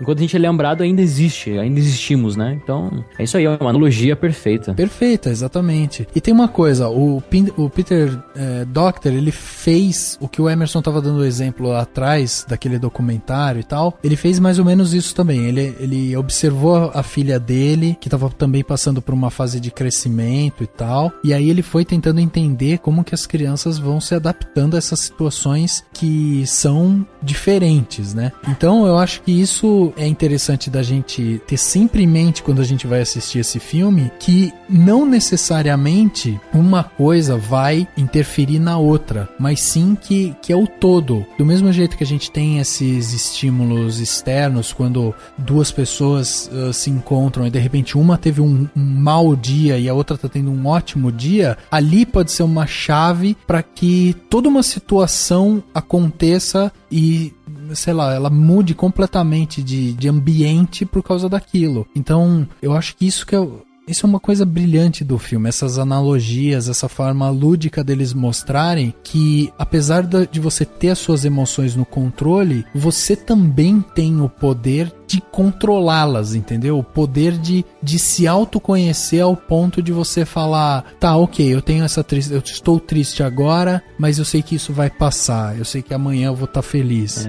né? Então acho que eles conseguem é cíclico, bem. Né? Cíclico esse sistema que é mostrado, o espectador ele é inserido nesse universo, e esse universo é o quê? É um sistema cíclico desse momento, né? Um registro desse momento. Assim como essa simbiose que existe entre a tristeza e a felicidade, ela pode ser também, digamos, esquecida, e por que não? Os aprendizados que as duas têm, que a gente assistiu no filme, pode ser esquecida futuramente e ser aprendida de uma nova forma. Um momento diferente se aproxima, por assim dizer, né? Exato. Claro que é uma licença poética, digamos assim, né? Sim. Mas é evidente isso, sabe? Que nem todos os aprendizados ali que ocorrem durante o filme vão ser levados à frente, entendeu? Porque novos questionamentos virão, novos problemas virão, momentos de fragilidade, e com isso a confusão. E a emoção depende muito dessa ausência de confusão para aprender, né? Exatamente. Assim. Então, até a própria forma como a alegria e a tristeza são mandadas junto. É justamente por conta dessa falta de harmonia entre as duas, né? Delas estarem em desarmonia, que elas são sugadas e são mandadas pra fora. Exato. Isso é muito interessante, tipo, quer dizer, justamente porque ela não consegue encontrar essas duas emoções base nela naquele momento, o negocinho que suga vai lá e aproveita a situação e manda, tenta, assim, né? Como ele suga as memórias e vai organizando, ele vai, né? Então, o medo tenta, o medo chega uma hora e fala, pra mim chega, eu vou embora e não sei o que, daí pega a malinha dele, tenta ser sugado lá, o negócio explode, tipo, não deixa. Sim, exatamente, porque ela vai precisar dele, ela tem ele lá, ela tem que ter ele ali. Exatamente. Exato. É isso que é muito interessante. E até tem eu achei, tem vários detalhes, né, assim, um deles que até eu tive que ler, porque eu não tinha me tocado, eles usam como a linha de pensamento, né, que seria que aos poucos vai levando memórias e outras coisas pra sala de comando pra gente, né, viver e pensar. Eles usam os trens, que são, em inglês se usa train of thought pra linha de pensamento. Sim, então é bem metáfora literal, né, pra eles. O que significa isso daí a gente perde na versão nacional. Exato. Não, mas esse conhecimento da estrutura gramatical que eles mandaram. Mas um que eu achei genial mesmo é o do... que é bem rapidinho, que é o fatos e opiniões, né? Ela, tipo, tá no trem, tá sendo levada, tem umas caixinhas com várias pecinhas. São fatos, né? Tipo, fatos que você aprende ao longo da vida. E opiniões, e às vezes a gente mistura, né? Tipo, é muito comum a gente misturar isso e falar assim, tipo, usar uma... Falar uma... geralmente a gente não fala um fato como se fosse opinião, mas a gente fala uma opinião como se fosse um fato, Exato. Como se fosse um fato, exatamente. Principalmente hoje na era da internet. Na era da internet. Tipo, o cara lê o título... qualquer um fala o que quer. Não, e o cara lê o título de qualquer coisa, pronto, ele já tem uma opinião. Ele não vai ler a porra do texto ele dá aquilo como um fato e não como uma opinião. Fato, exato. Tem uma coisa que eu acho legal da gente pensar aqui, que eu fui falar pra minha mãe, né, sobre o filme. Falei, mãe, você tem que assistir divertidamente e tal. O filme é lindo, é fantástico e tal. Ela falou, sobre o que é o filme? E eu tenho uma mania que eu detesto dar spoiler quando eu vou explicar um filme. Principalmente quando eu tô estimulando as pessoas a irem assistir. Manda eu falar com a sua mãe. Exato. Não, você não... Aí eu peguei e falei assim, eu vou tentar dar uma sinopse simples, né? Aí eu comecei a explicar pra ela, mais ou menos, é uma menina que tem umas emoções e tal. Aí eu cheguei numa parte pra ela que eu falei assim, não, o que é interessante é que a menina tem as emoções e a partir das reações, quer dizer, a partir das coisas que as emoções vão fazendo, aquilo vai criando memórias que são representadas como se fosse uma bola de boliche, que tem uma imagem dentro, E aí acontece alguma coisa, pum, surge aquela memória. As memórias, elas vão chegando ao decorrer do dia, elas vão sendo gravadas e tal. Em algum momento são criadas memórias chaves, e aquelas memórias chaves, elas criam o que eles chamam de ilha da personalidade. Então ela que tem 11 anos, tem a ilha da família, a ilha do hóquei, a ilha, qual que era a outra? Não lembro. Da bobeira. Da bobeira, né? Exatamente. Então ela tem essas ilhas. Quando eu expliquei esse mecanismo das memórias e construir as memórias permanentes e daí você ter as ilhas, né, e tal, a hora que eu expliquei isso pra minha mãe falou, é o conceito da psicologia. Tipo, é isso. Daí eu falei, caralho, é isso, sim. Entende? Então, tipo, é justamente isso. É assim, eles conseguiram, olha que brilhante isso. Eles conseguiram pegar uma teoria, eles conseguiram pegar um conceito e eles conseguiram demonstrar isso de uma forma lúdica e muito simples. Sim. Que você consegue encaixar isso pra qualquer pessoa. Só, eu sei que, assim, claro, o que eu li lá é que falam que há muitos debates na psicologia até hoje, de tipo, quais são as emoções base, né? E provavelmente a estrutura de tudo isso, obviamente que se debate o tempo inteiro e tal. Mas o que eu li de um psicanalista e tal, ele falou que as que estão no filme dão muito conta do que se tem hoje na teoria da psicologia mesmo. Mas só o fato deles mostrarem que essas memórias-chave são criadas, né? Quer dizer, você não tem só uma fábrica de memórias que tá acontecendo ali. Você tem as memórias chaves, quer dizer, os pontos mais importantes da sua vida estão ali. E quantas vezes as pessoas... O que te define, né, Rafa? Exato, o que te define. É o que define você. É aquela coisa que você nunca vai esquecer, aquela coisa que marcou a sua vida. Exatamente. E o que eu achei muito legal, o momento chave de mudança do painel, né? Que é quando você vai se tornando alguém mais complexo, né? Exatamente. Até o ponto em que você tem lá os adultos, que a gente vê que eles têm uns painéis gigantes, super complexos, porque tem muita coisa pra... Cada um já tem seu espaço, né? Exatamente. Cada um já sabe o que vai mexer. Porque eles conseguem separar tudo direito e, obviamente, que é uma complexidade muito grande. Então é uma forma bem legal da gente visualizar a própria complexidade do cérebro humano. Se você for, né, estudar fisicamente o cérebro humano, é um negócio muito louco, né? Wait, Joy, you could get lost in there. Think positive. Okay. I'm positive you will get lost in there. That's long-term memory. An endless warren of corridors and shelves. I read about it in the manuals. The manuals? The manuals! You read the manuals! Yeah. So you know the way back to headquarters! I guess.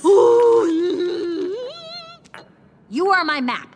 Let's go. Lead on, mind map. Show me where we're going. Okay, only I'm too sad to walk. Just give me a few hours. Oh! Which way? Left? Right. No, I mean go left. I said left was right, like correct. Okay. This actually feels kind of nice. Okay, here we go. We'll be back to headquarters before morning. We can do it. This'll be easy. This is working.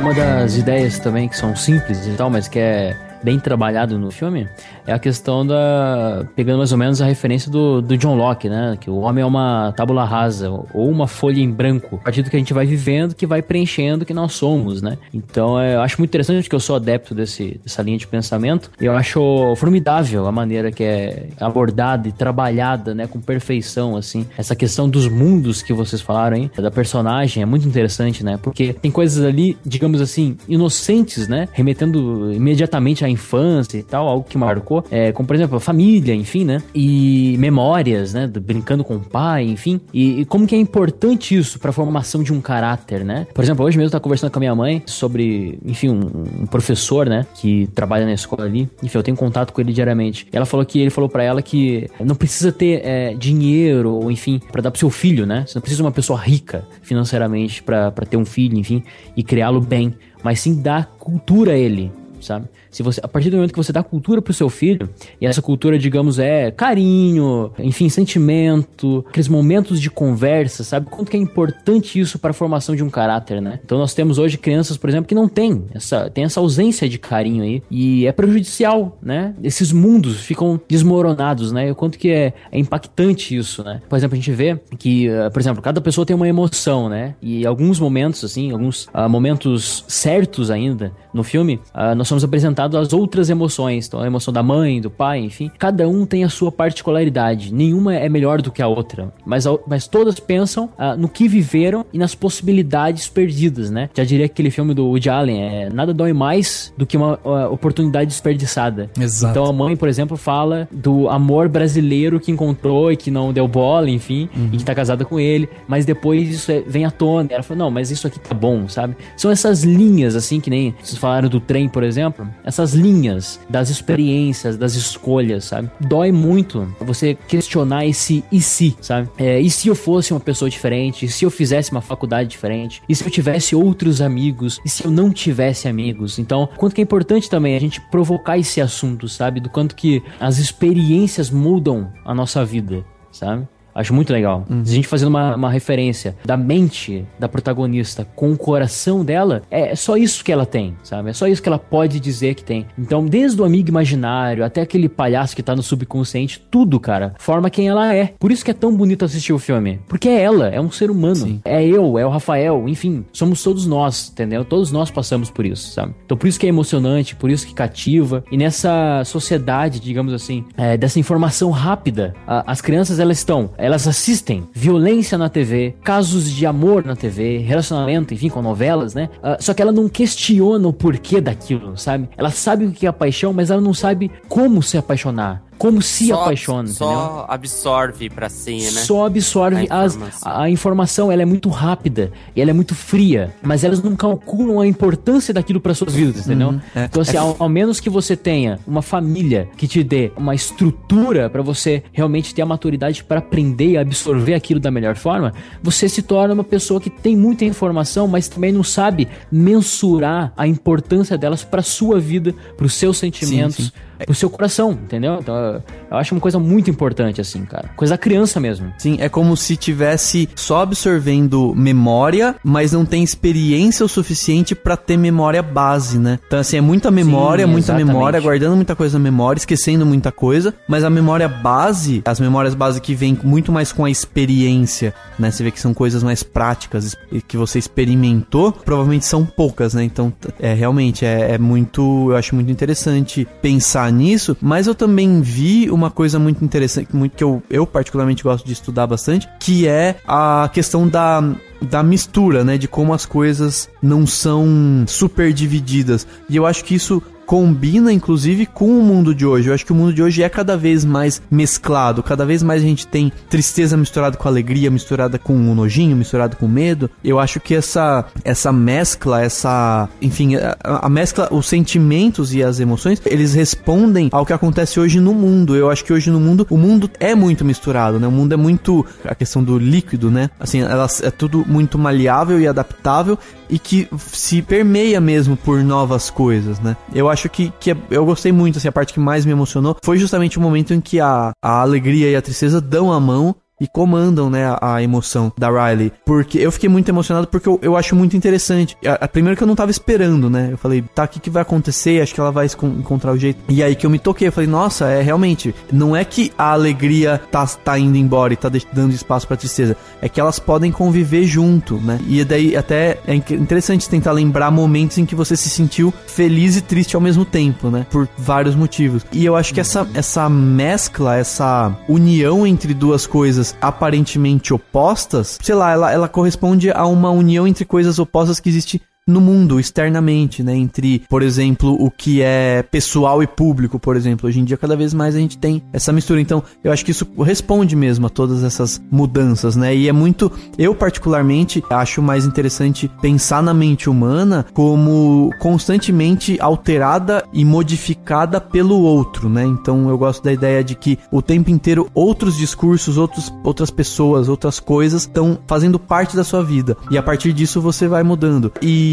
a partir disso você vai mudando essas outras coisas, né? Então eu acho muito interessante como que, assim, a partir do momento em que fora tá tudo misturado, as coisas são mescladas, as coisas não são tão divididas, né? Por exemplo, se a gente pensar final do século XIX, eu acho que era muito mais claro, né? As pessoas se sentiam felizes num determinado momento, tinha um momento para estar tristes ou melancólicas ou quietas no canto, lendo livro, ouvindo rádio, iam dormir, tinham uma vida mais tranquila. Essa movimentação, essa agitação da vida pós-moderna, ela leva, eu acho que cada vez mais pra essa mescla dessas emoções. Eu acho muito interessante. Na minha frase de abertura eu falei, né? Here is my mind. Então, onde está minha mente, né? Onde está minha cabeça? Quem eu sou? Aonde eu estou agora? Então, acho que é uma pergunta que a gente sempre vai levar. Então, cada possibilidade que aparece são inúmeras outras sistemas que vão ser registrados aí na nossa mente, né? Mas o que realmente importa são aquelas bolinhas das lembranças que aparecem lá. É a única coisa que a gente deixa, a única coisa que nós somos e o que nos molda, né? Exatamente. O que cria as ilhas e é a base de tudo, né? Exatamente. Dani, agora o Emerson lembrou a gente do nosso querido amante brasileiro aviador, né? Você tem uma história, né, por trás desse personagem. Que eu li a entrevista do Ronaldo Del Carmen, né, que é um dos diretores, e aí falaram, né, de onde surgiu essa história. E surgiu por causa do Up, porque quando eles fizeram o Up, eles vieram pro Brasil, né? Ao ver uma equipe, né? Acho que o Ronaldo Del Carmen fazia parte da equipe que veio pra cá pra ir pra Amazônia e visitar a floresta, né? Porque afinal de contas eles mostram no Up uma floresta na América do Sul e tal. E aí ele falou que tinha um piloto do avião que eles estavam viajando, que foi o herói deles, que teve problema com mau tempo e tal. E o cara era uma mistura de Indiana Jones com qualquer outra coisa. Ele era meio Indiana Jones, que o cara resolvia tudo, era espertão e tal. E disse que ele falou que foi o herói deles. Ele falou, nossa, esse cara é meu herói. Ele salvou a nossa vida. E aí ele falou que eles criaram essa piada, né? Só que quando eles criaram, eles imaginaram que ela não ia vingar, até o final do processo de fazer o filme. Ela ia acabar saindo, mas ela acabou ficando. Então achei muito interessante isso. Por conta do Up, eles vieram pro Brasil, tiveram essa experiência com esse piloto maluco, e aí levaram pro filme, né? Seria interessante tentar achar o piloto, né, de verdadeiro, sei lá.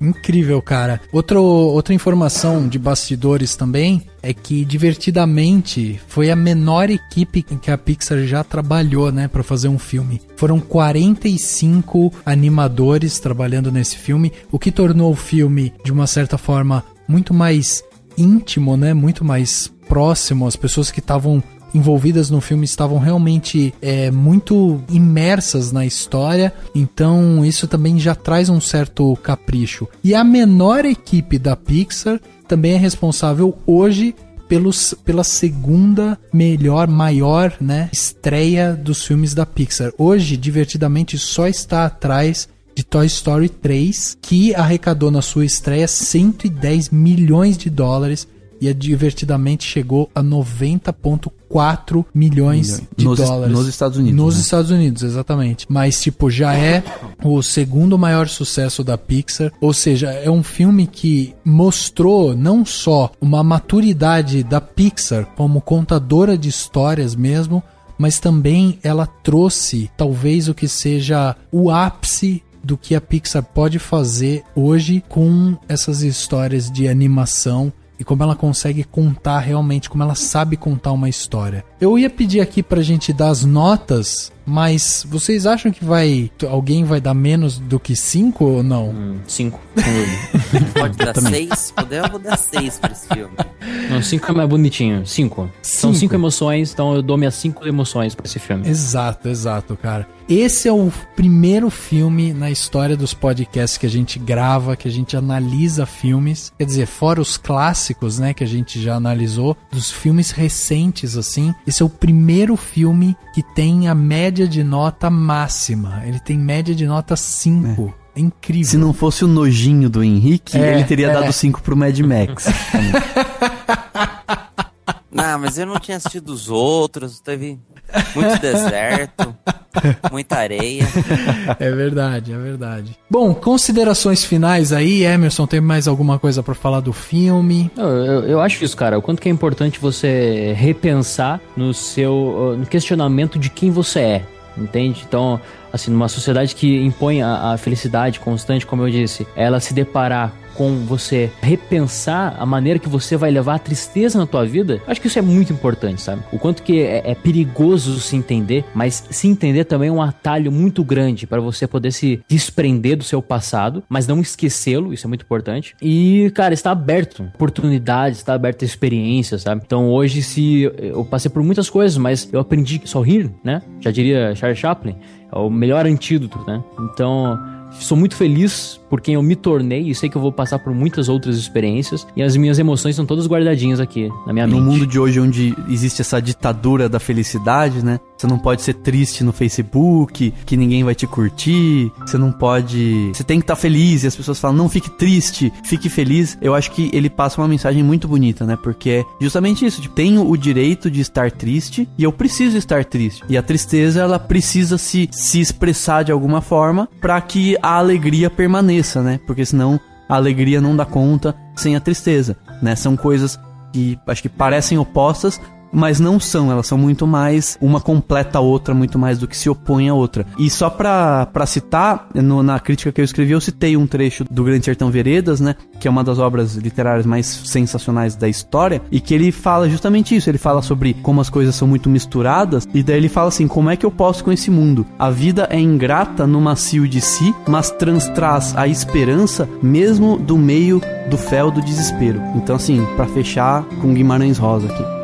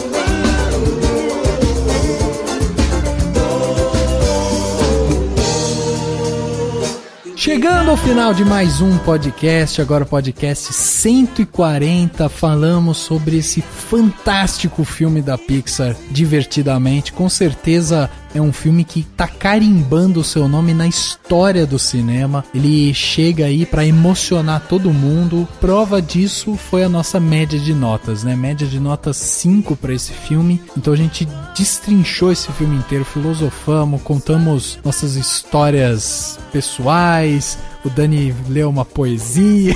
Então tá tudo... Poesia, é um trecho do livro Grande Sertão Veredas. Então tá tudo, olha o clima, olha o clima. Ai, olha o nojinho se explicando aí. Então, primeiro, eu gostaria de agradecer aqui o nosso, como que é, Henrique? Crossover, né? Nosso crossover. É o nosso crossover com cronologias da casa. Exatamente. Eu sou parte de vocês agora. Exatamente. Então, muito obrigado, Emerson. Obrigado pela sua presença, obrigado pelos seus relatos. Só isso já enriqueceu muito o podcast e a gente tá muito feliz de ter tido essa conversa sobre esse filme, ainda mais com você, que é um cara que adora sair filosofando como a gente aqui, assim, né? Cara, eu que agradeço, eu me sinto muito honrado por estar do lado de vocês aí, e sem dúvida eu tô aprendendo bastante e gosto muito de compartilhar, e esse filme é um prato cheio pra isso, né, cara? A importância é gigantesca, e é isso aí, muito obrigado, eu que agradeço, sem dúvida. Isso aí, valeu Emerson, valeu Rafa, valeu Henrique, obrigado todo mundo, e a gente vai ficando por aqui, mas eu só digo uma coisa, até semana que vem. Isso aí. Valeu, pessoal, até o próximo podcast. O podcast Cinemação número 140 fica por aqui e a gente se vê no próximo.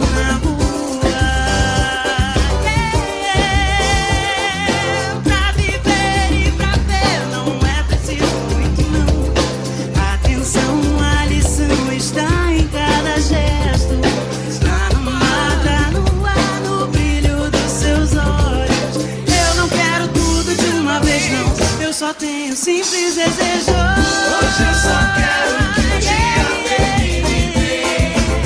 Hoje eu só quero que o dia termine muito bem. Hoje eu só quero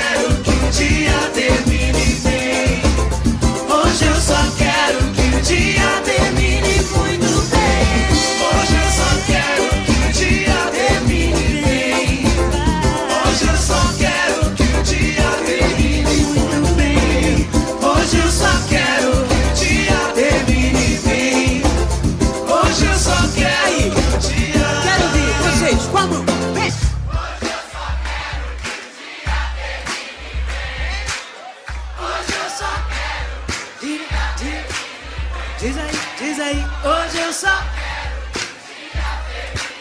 que termine bem. Hoje eu só quero que o dia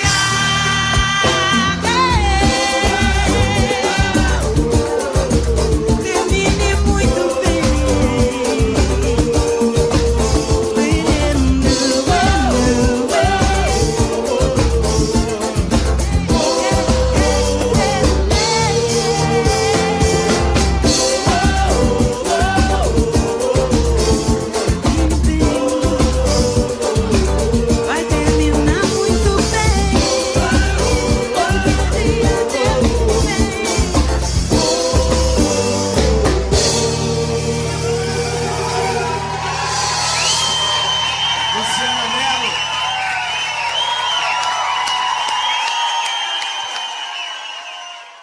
Ação. Oh, tô imaginando até a vinheta na minha cabeça agora. Eu sempre falo.